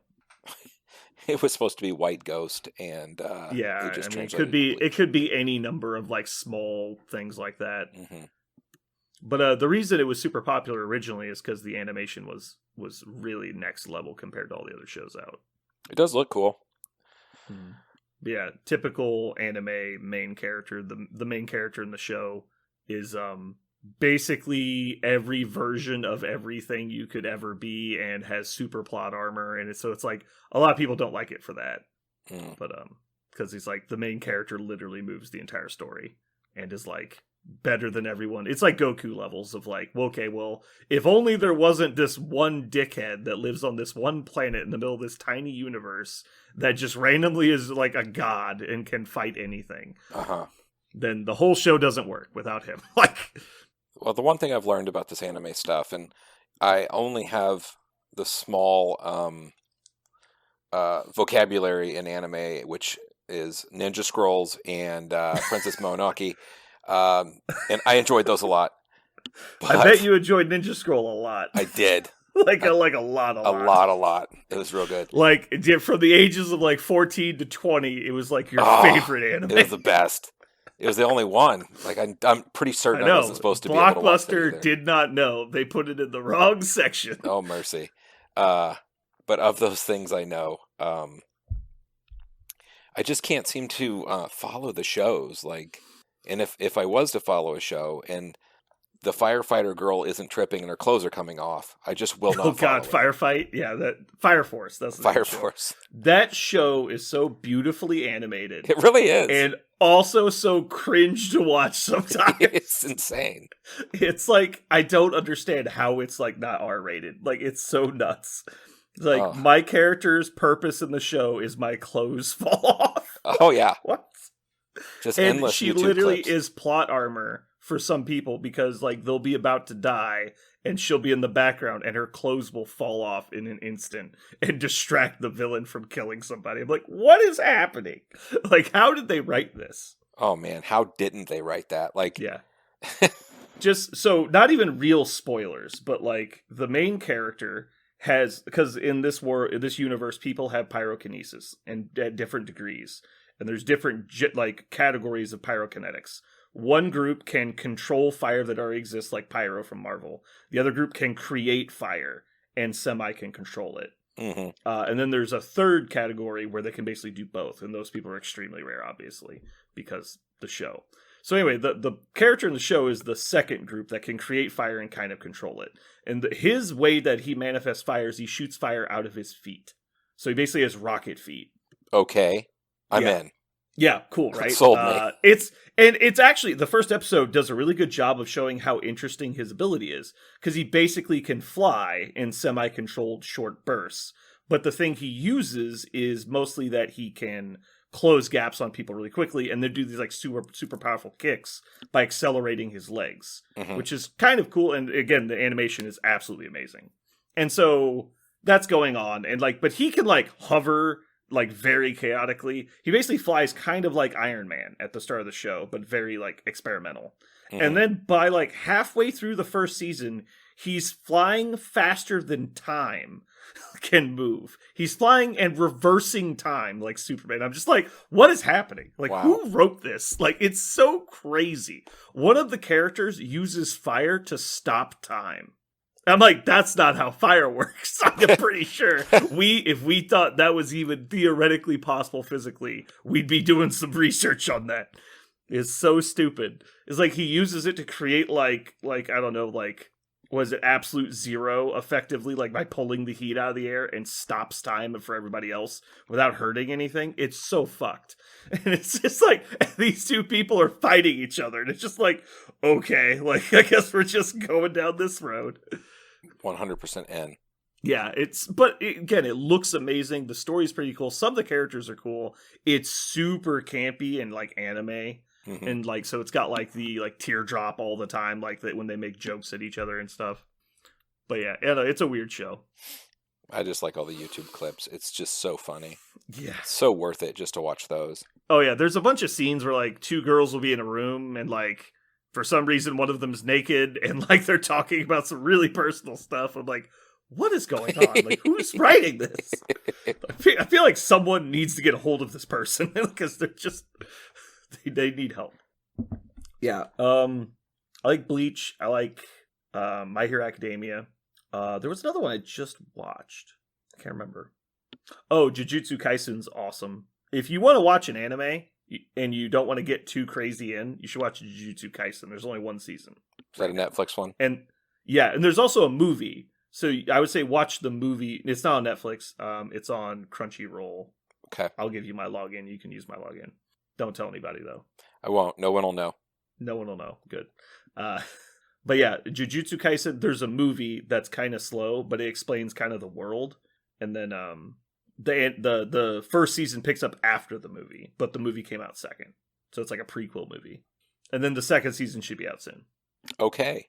Yeah. Well, now I'm in. Is it like Ninja Scroll, though?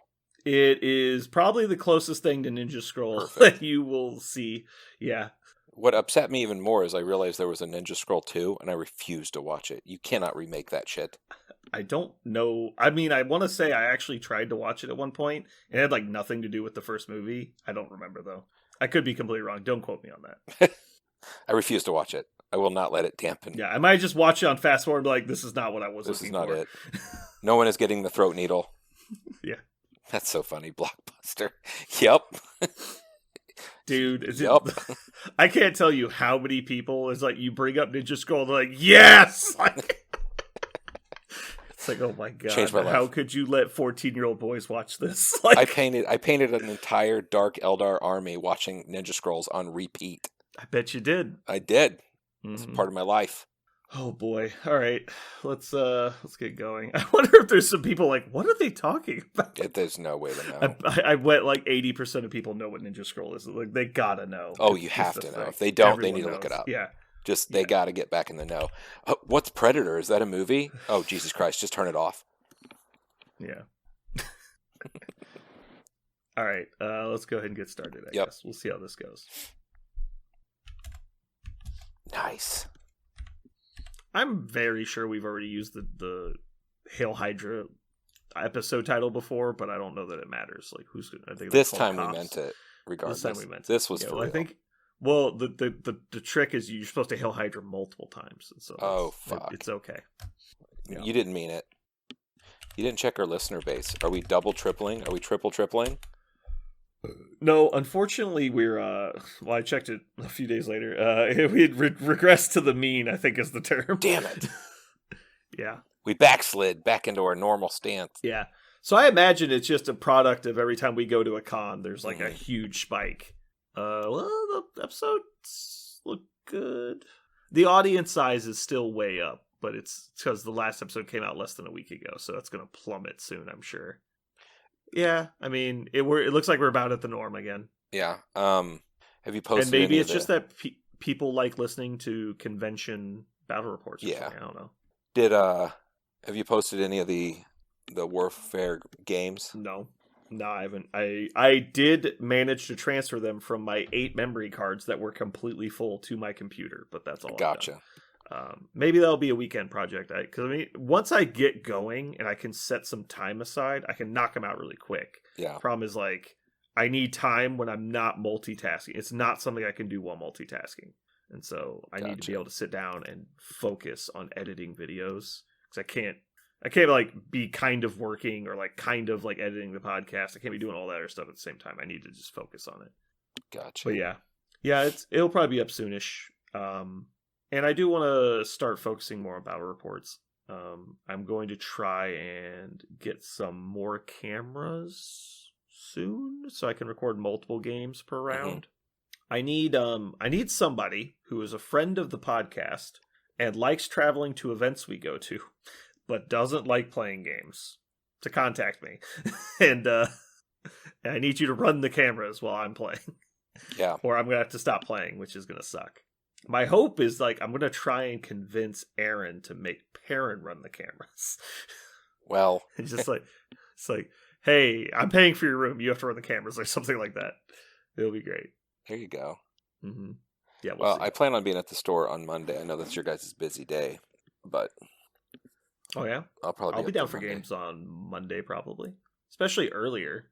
Yeah, not so early. That's my after work. Well, sure, but like, what time are you planning on getting there? Because usually my card stuff doesn't really start till like 7 or 8.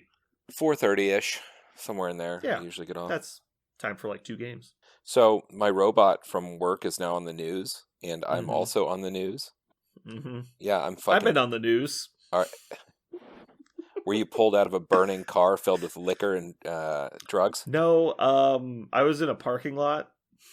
There was a lot of people there. I don't get it. Do not ask questions. Okay. Anyway, the news came and they watched our robot dump several cups of coleslaw all over food because it fell over. And anyway, I got a ton of text messages. Oh my God, you're famous and all this stuff. I'm like, whatever, dude. But then I let my kids watch it and I didn't say nothing about it. I was just like, yeah, I'm on the news with these robot things. And the kids are like, oh, wow. Oh, that just dumped everything over. And I'm like, yep. They go, does it like dump everything over all the time? I'm like, pretty much. They go, you know what? You should fire those robots. I was like, you're goddamn right. I don't think we've explained on the show what the robot is. I think you just like dropped some crazy bombs on people.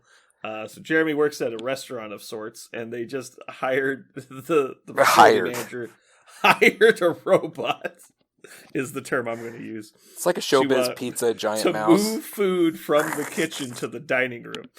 And so, just imagine, instead of hiring a minimum wage type person to walk food from the dining room to a table, which we have many you instead have a robot that's basically just 3 dinner trays with wheels, and you have to move all the food from the counter it's sitting on after it's prepared to these 3 trays. And then have it move at its bristling 0.05 miles per hour into the dining room while blocking off one of your kitchen doors that people can't use because the robot could be on the other side.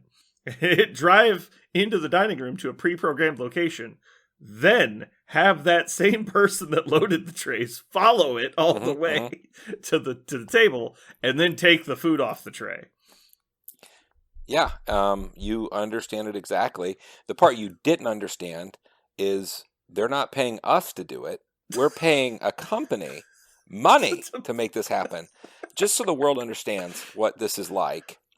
This is what you get when you ask for $15 an hour. Yeah, take a stool, put the stool on top of a Roomba, and then put a soda on top of the stool, and then see how long that soda just stays there. That's exactly what I've got going on at my work, and we pay money for it. Oh, my God. The best part is it's on the news now. Yeah, that's on the news. It's real. That's my life. I'm just like, okay, COVID has made everyone fucking insane, and it just isn't stopping. I keep thinking that I'm going to get off the Willy Wonka, like, ship where crazy stuff is happening and music's going, and the ship is finally going to stop. And we're all like, oh my God, we made it. And then we get off. Foul wind is blowing. Exactly. Nope. The ship just keeps going through tunnels. And now we have a robot. I'm like, are you fucking kidding me? Just imagine being like an 8-year-old in theaters with that fucking movie. You'd be fucking terrified. Oh. That movie, That movie would be was so That canceled. movie was like the first half of that movie is dark. Like their family is starving. He meets this psycho in the street that just sells knives, and he's like trying to like, "Hey kid, come here," and he's like, "Run away!" Like it's like the kid from what is it, Home Alone, the guy with the salt bucket. Oh, yeah. It's like you have to like he's like a monster. The shovel killer guy, yeah. People don't remember there's like a knife salesman in that movie, which is like the creepiest dude ever. He's just pushing his cart full of jangly knives around. Like, what are you doing? Like, there can't be that much of a demand for like alleyway knife salesmen. There's a video, like my kids were looking up different movies, like the YouTube, the actuality or why that movie is terrifying, and like the number of people that should have died or died in that movie was crazy. Mm. Yeah. Gene Wilder is like, I know he's beloved, but like I think still one of like the most underrated like treasures of his generation. Like that guy, like made cinema for like 2 decades. Like, yeah, everything he was part of will like turn to gold instantly. Can you imagine Blazing Saddles coming out now?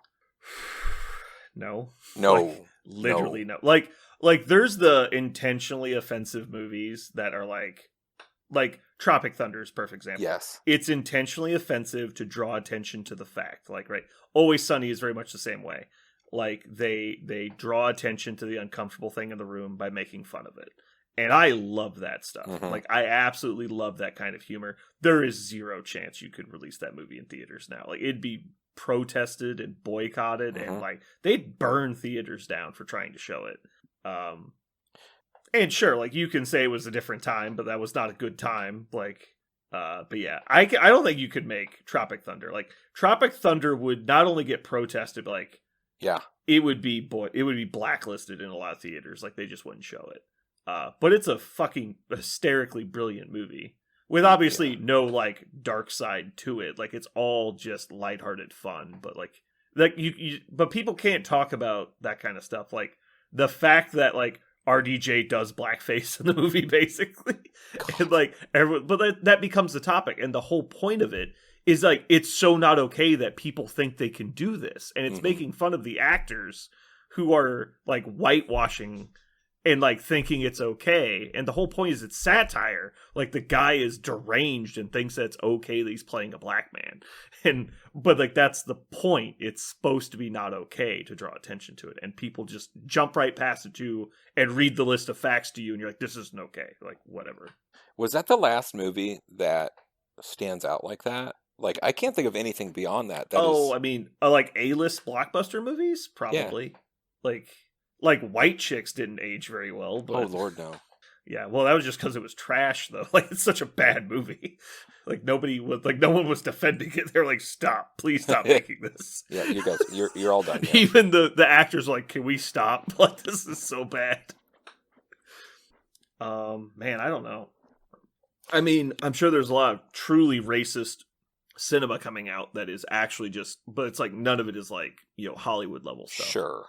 I don't know. Yeah, I can't think of anything else that bad. Yeah, I was watching Spaceballs with my kids, and my kids love it, but there's a lot of cringy shit in that too, where you're just like, ooh, oh my gosh. Like, yeah, like the old Police Academy level comedy. Yeah. Fuck Airplane. Airplane's a good one. Oh God. I speak jive. Like, it's awkward. Oh my God. Yeah, I love Tropic Thunder. It's so funny. Guys, my skin hurts. I need my jelly beans. I need my jelly beans. That is probably Jack Black's greatest role. It is probably it's top 3 for Ben Stiller, and it's definitely number 1 for Tom Cruise. Like, oh my God, his cameo is so good. So good. That was completely designed by him.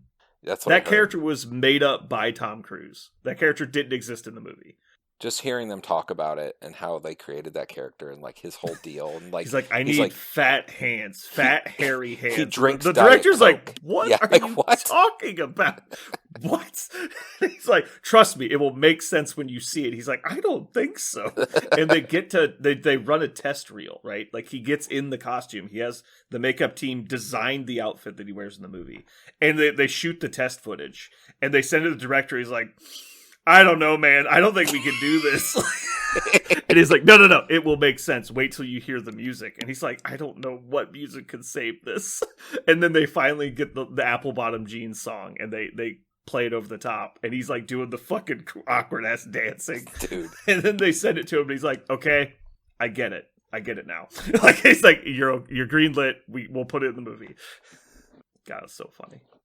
The amazing thing or the terrible thing is that young people don't tend to memorize movies the way our generation did.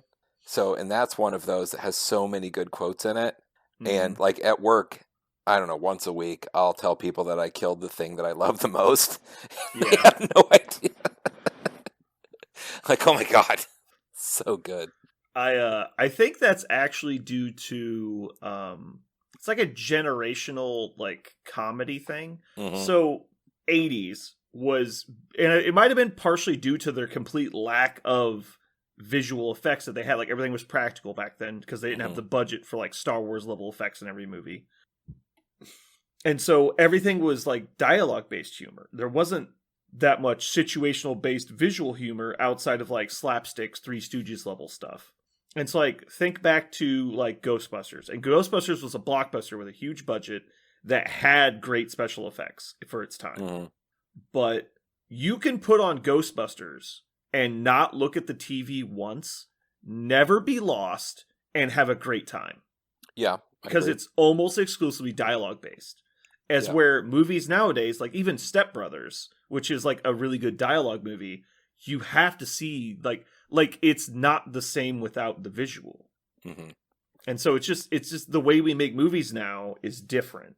And so I've been noticing that a lot in recent years, is that the new movies coming out, while they're funny, and you can even argue that it's really due to like the delivery of the actors, because their mannerism stuff is what is making it funny. Like Will Ferrell is very much like a visual comedian. Like the way he delivers everything is really, I don't know, not compelling, but like, it really sells it, right? Well, like, also without seeing him, you're like, all right, there's no way that this guy is this, like this person. Like no way this person exists. And then you see him in live action, like, fuck, I guess he does. I mean, it also, like, I grew up with VHS tapes, which you had to watch them all the way through, kind of like cassette tapes, where you knew the entire album, where people now just have the songs, and they download the single, the like, radio one tracks, hit. Yeah, I mean, I can't tell you how many times I've seen, I don't know, Dumb and Dumber, because they had the tape.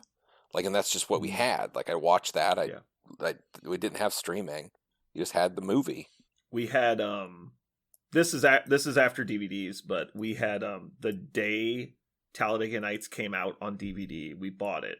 Mm-hmm. And it was right after high school for us. And we had a group of like 6 friends that would, every day we went to the same person's apartment, because we all lived in the same city, like a small little suburb. And so it was like we all got off work about 3 to 5, and we would all just go to the person's house. We all had a key. We just went in, and we were just there every day after work during the week. And we just hang out until like 10 o'clock and we'd all go home. And it was just like the gang hangout. And we just had Talladega Nights on repeat. Whoever got there first would start it. And because there was a repeat function on the DVD player. And we would just leave it on. And we left it on repeat for like 4 months. Like it was just always playing in the background while we were talking. It was hilarious. At least nobody ever mentioned that we would never stop playing Talladega Nights. Well, that's the thing, too. Like, now that you mention that, for a long time, I mean, many years, I'd go to bed, and it was the DVD that was in the player, and you just hit fucking play. Like, you if you're play, one of those people, and like, you'd roll over and go to sleep. Yeah, it's just whatever movie that was. Like, I remember for the longest that I had Forrest Gump in there, and Forrest Gump had a feature on the DVD that would just cut keep to a random going. Story. It would just keep going. Like, it would just repeat itself. Like, some DVDs had that. So every time I look up or whatever, it'd be next day. Like I'm like, oh, we're at this part now. Like you just always Mhm. watch it. Yeah. Now it's like Netflix, and you just fish around for like 20 I minutes. did that with 40-Year-Old Virgin. That was the movie I went to sleep to for like 3 months. God, that's such a good Yeah. one. Mm-hmm. You know what movie is fucking amazing, and it's not as well known as it should be in that kind of same genre? Grandma's Boy. Oh my God, That movie is so fucking hysterical. it's I think it's the amazing. best Happy Madison movie ever. It's one of them. I'm not sure if It's it's so the good. best, but Like the yeah, Happy it's really Gilmore, good. all the Adam Sandler ones, like all the old Adam Sandler ones are Mhm. good. But Grandma's Boy, like there's not a bad part to that movie. Like there's no slow parts. It's Mm-mm. constantly funny. And the characters are hysterical.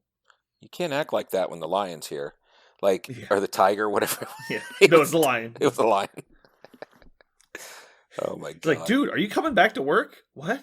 I quit that place months ago. like he's so baked, he has no idea what month it is. Oh my God! Oh god. I love like the Asian guy that's on their development playtest team. He's always like so negative. He's like, I think I should die. Like it's like, dude, calm down. Jonah Hill is in it. Like, oh man. Is he? I Young don't Jonah remember. Hill was funny. Yeah, he's on their playtest team. He gets Oh. kicked in the shin by the main character. He's like, oh my god, are you serious? I think he shattered it. Yeah, that's a good one. I can't remember the actress's name because I'm terrible with names, but the girl who plays Hawkeye's wife in the MCU is she's like the love interest in the movie. She's Is she? their boss. Yeah, that's her. Huh? She's younger, so it's not as easy to notice, but yeah, she's great in there too. Fuck his the lead designer, the fucking like weirdo guy that thinks he's from the Matrix. Mhm. That guy's funny. Yeah, Yeah, that is one of my favorite movies. it's fun when they. I'm not sure how often they do it anymore. It seems like it's a Seth Rogen thing now. Like all of his movies are kind of like that, where they just Mhm. play. You know, it's just guys that are they just have an Yeah. idea and they just want to put good one-liners and jack around for the movie, and that it's kind of held together loosely, but it's just fun. Like those movies are just so much fun. Yeah. Oh, all right, it's getting All late. right. Yeah, I think we're done. Thanks for listening, everybody. Hopefully you like the 2-Man podcast. Goodbye. Later.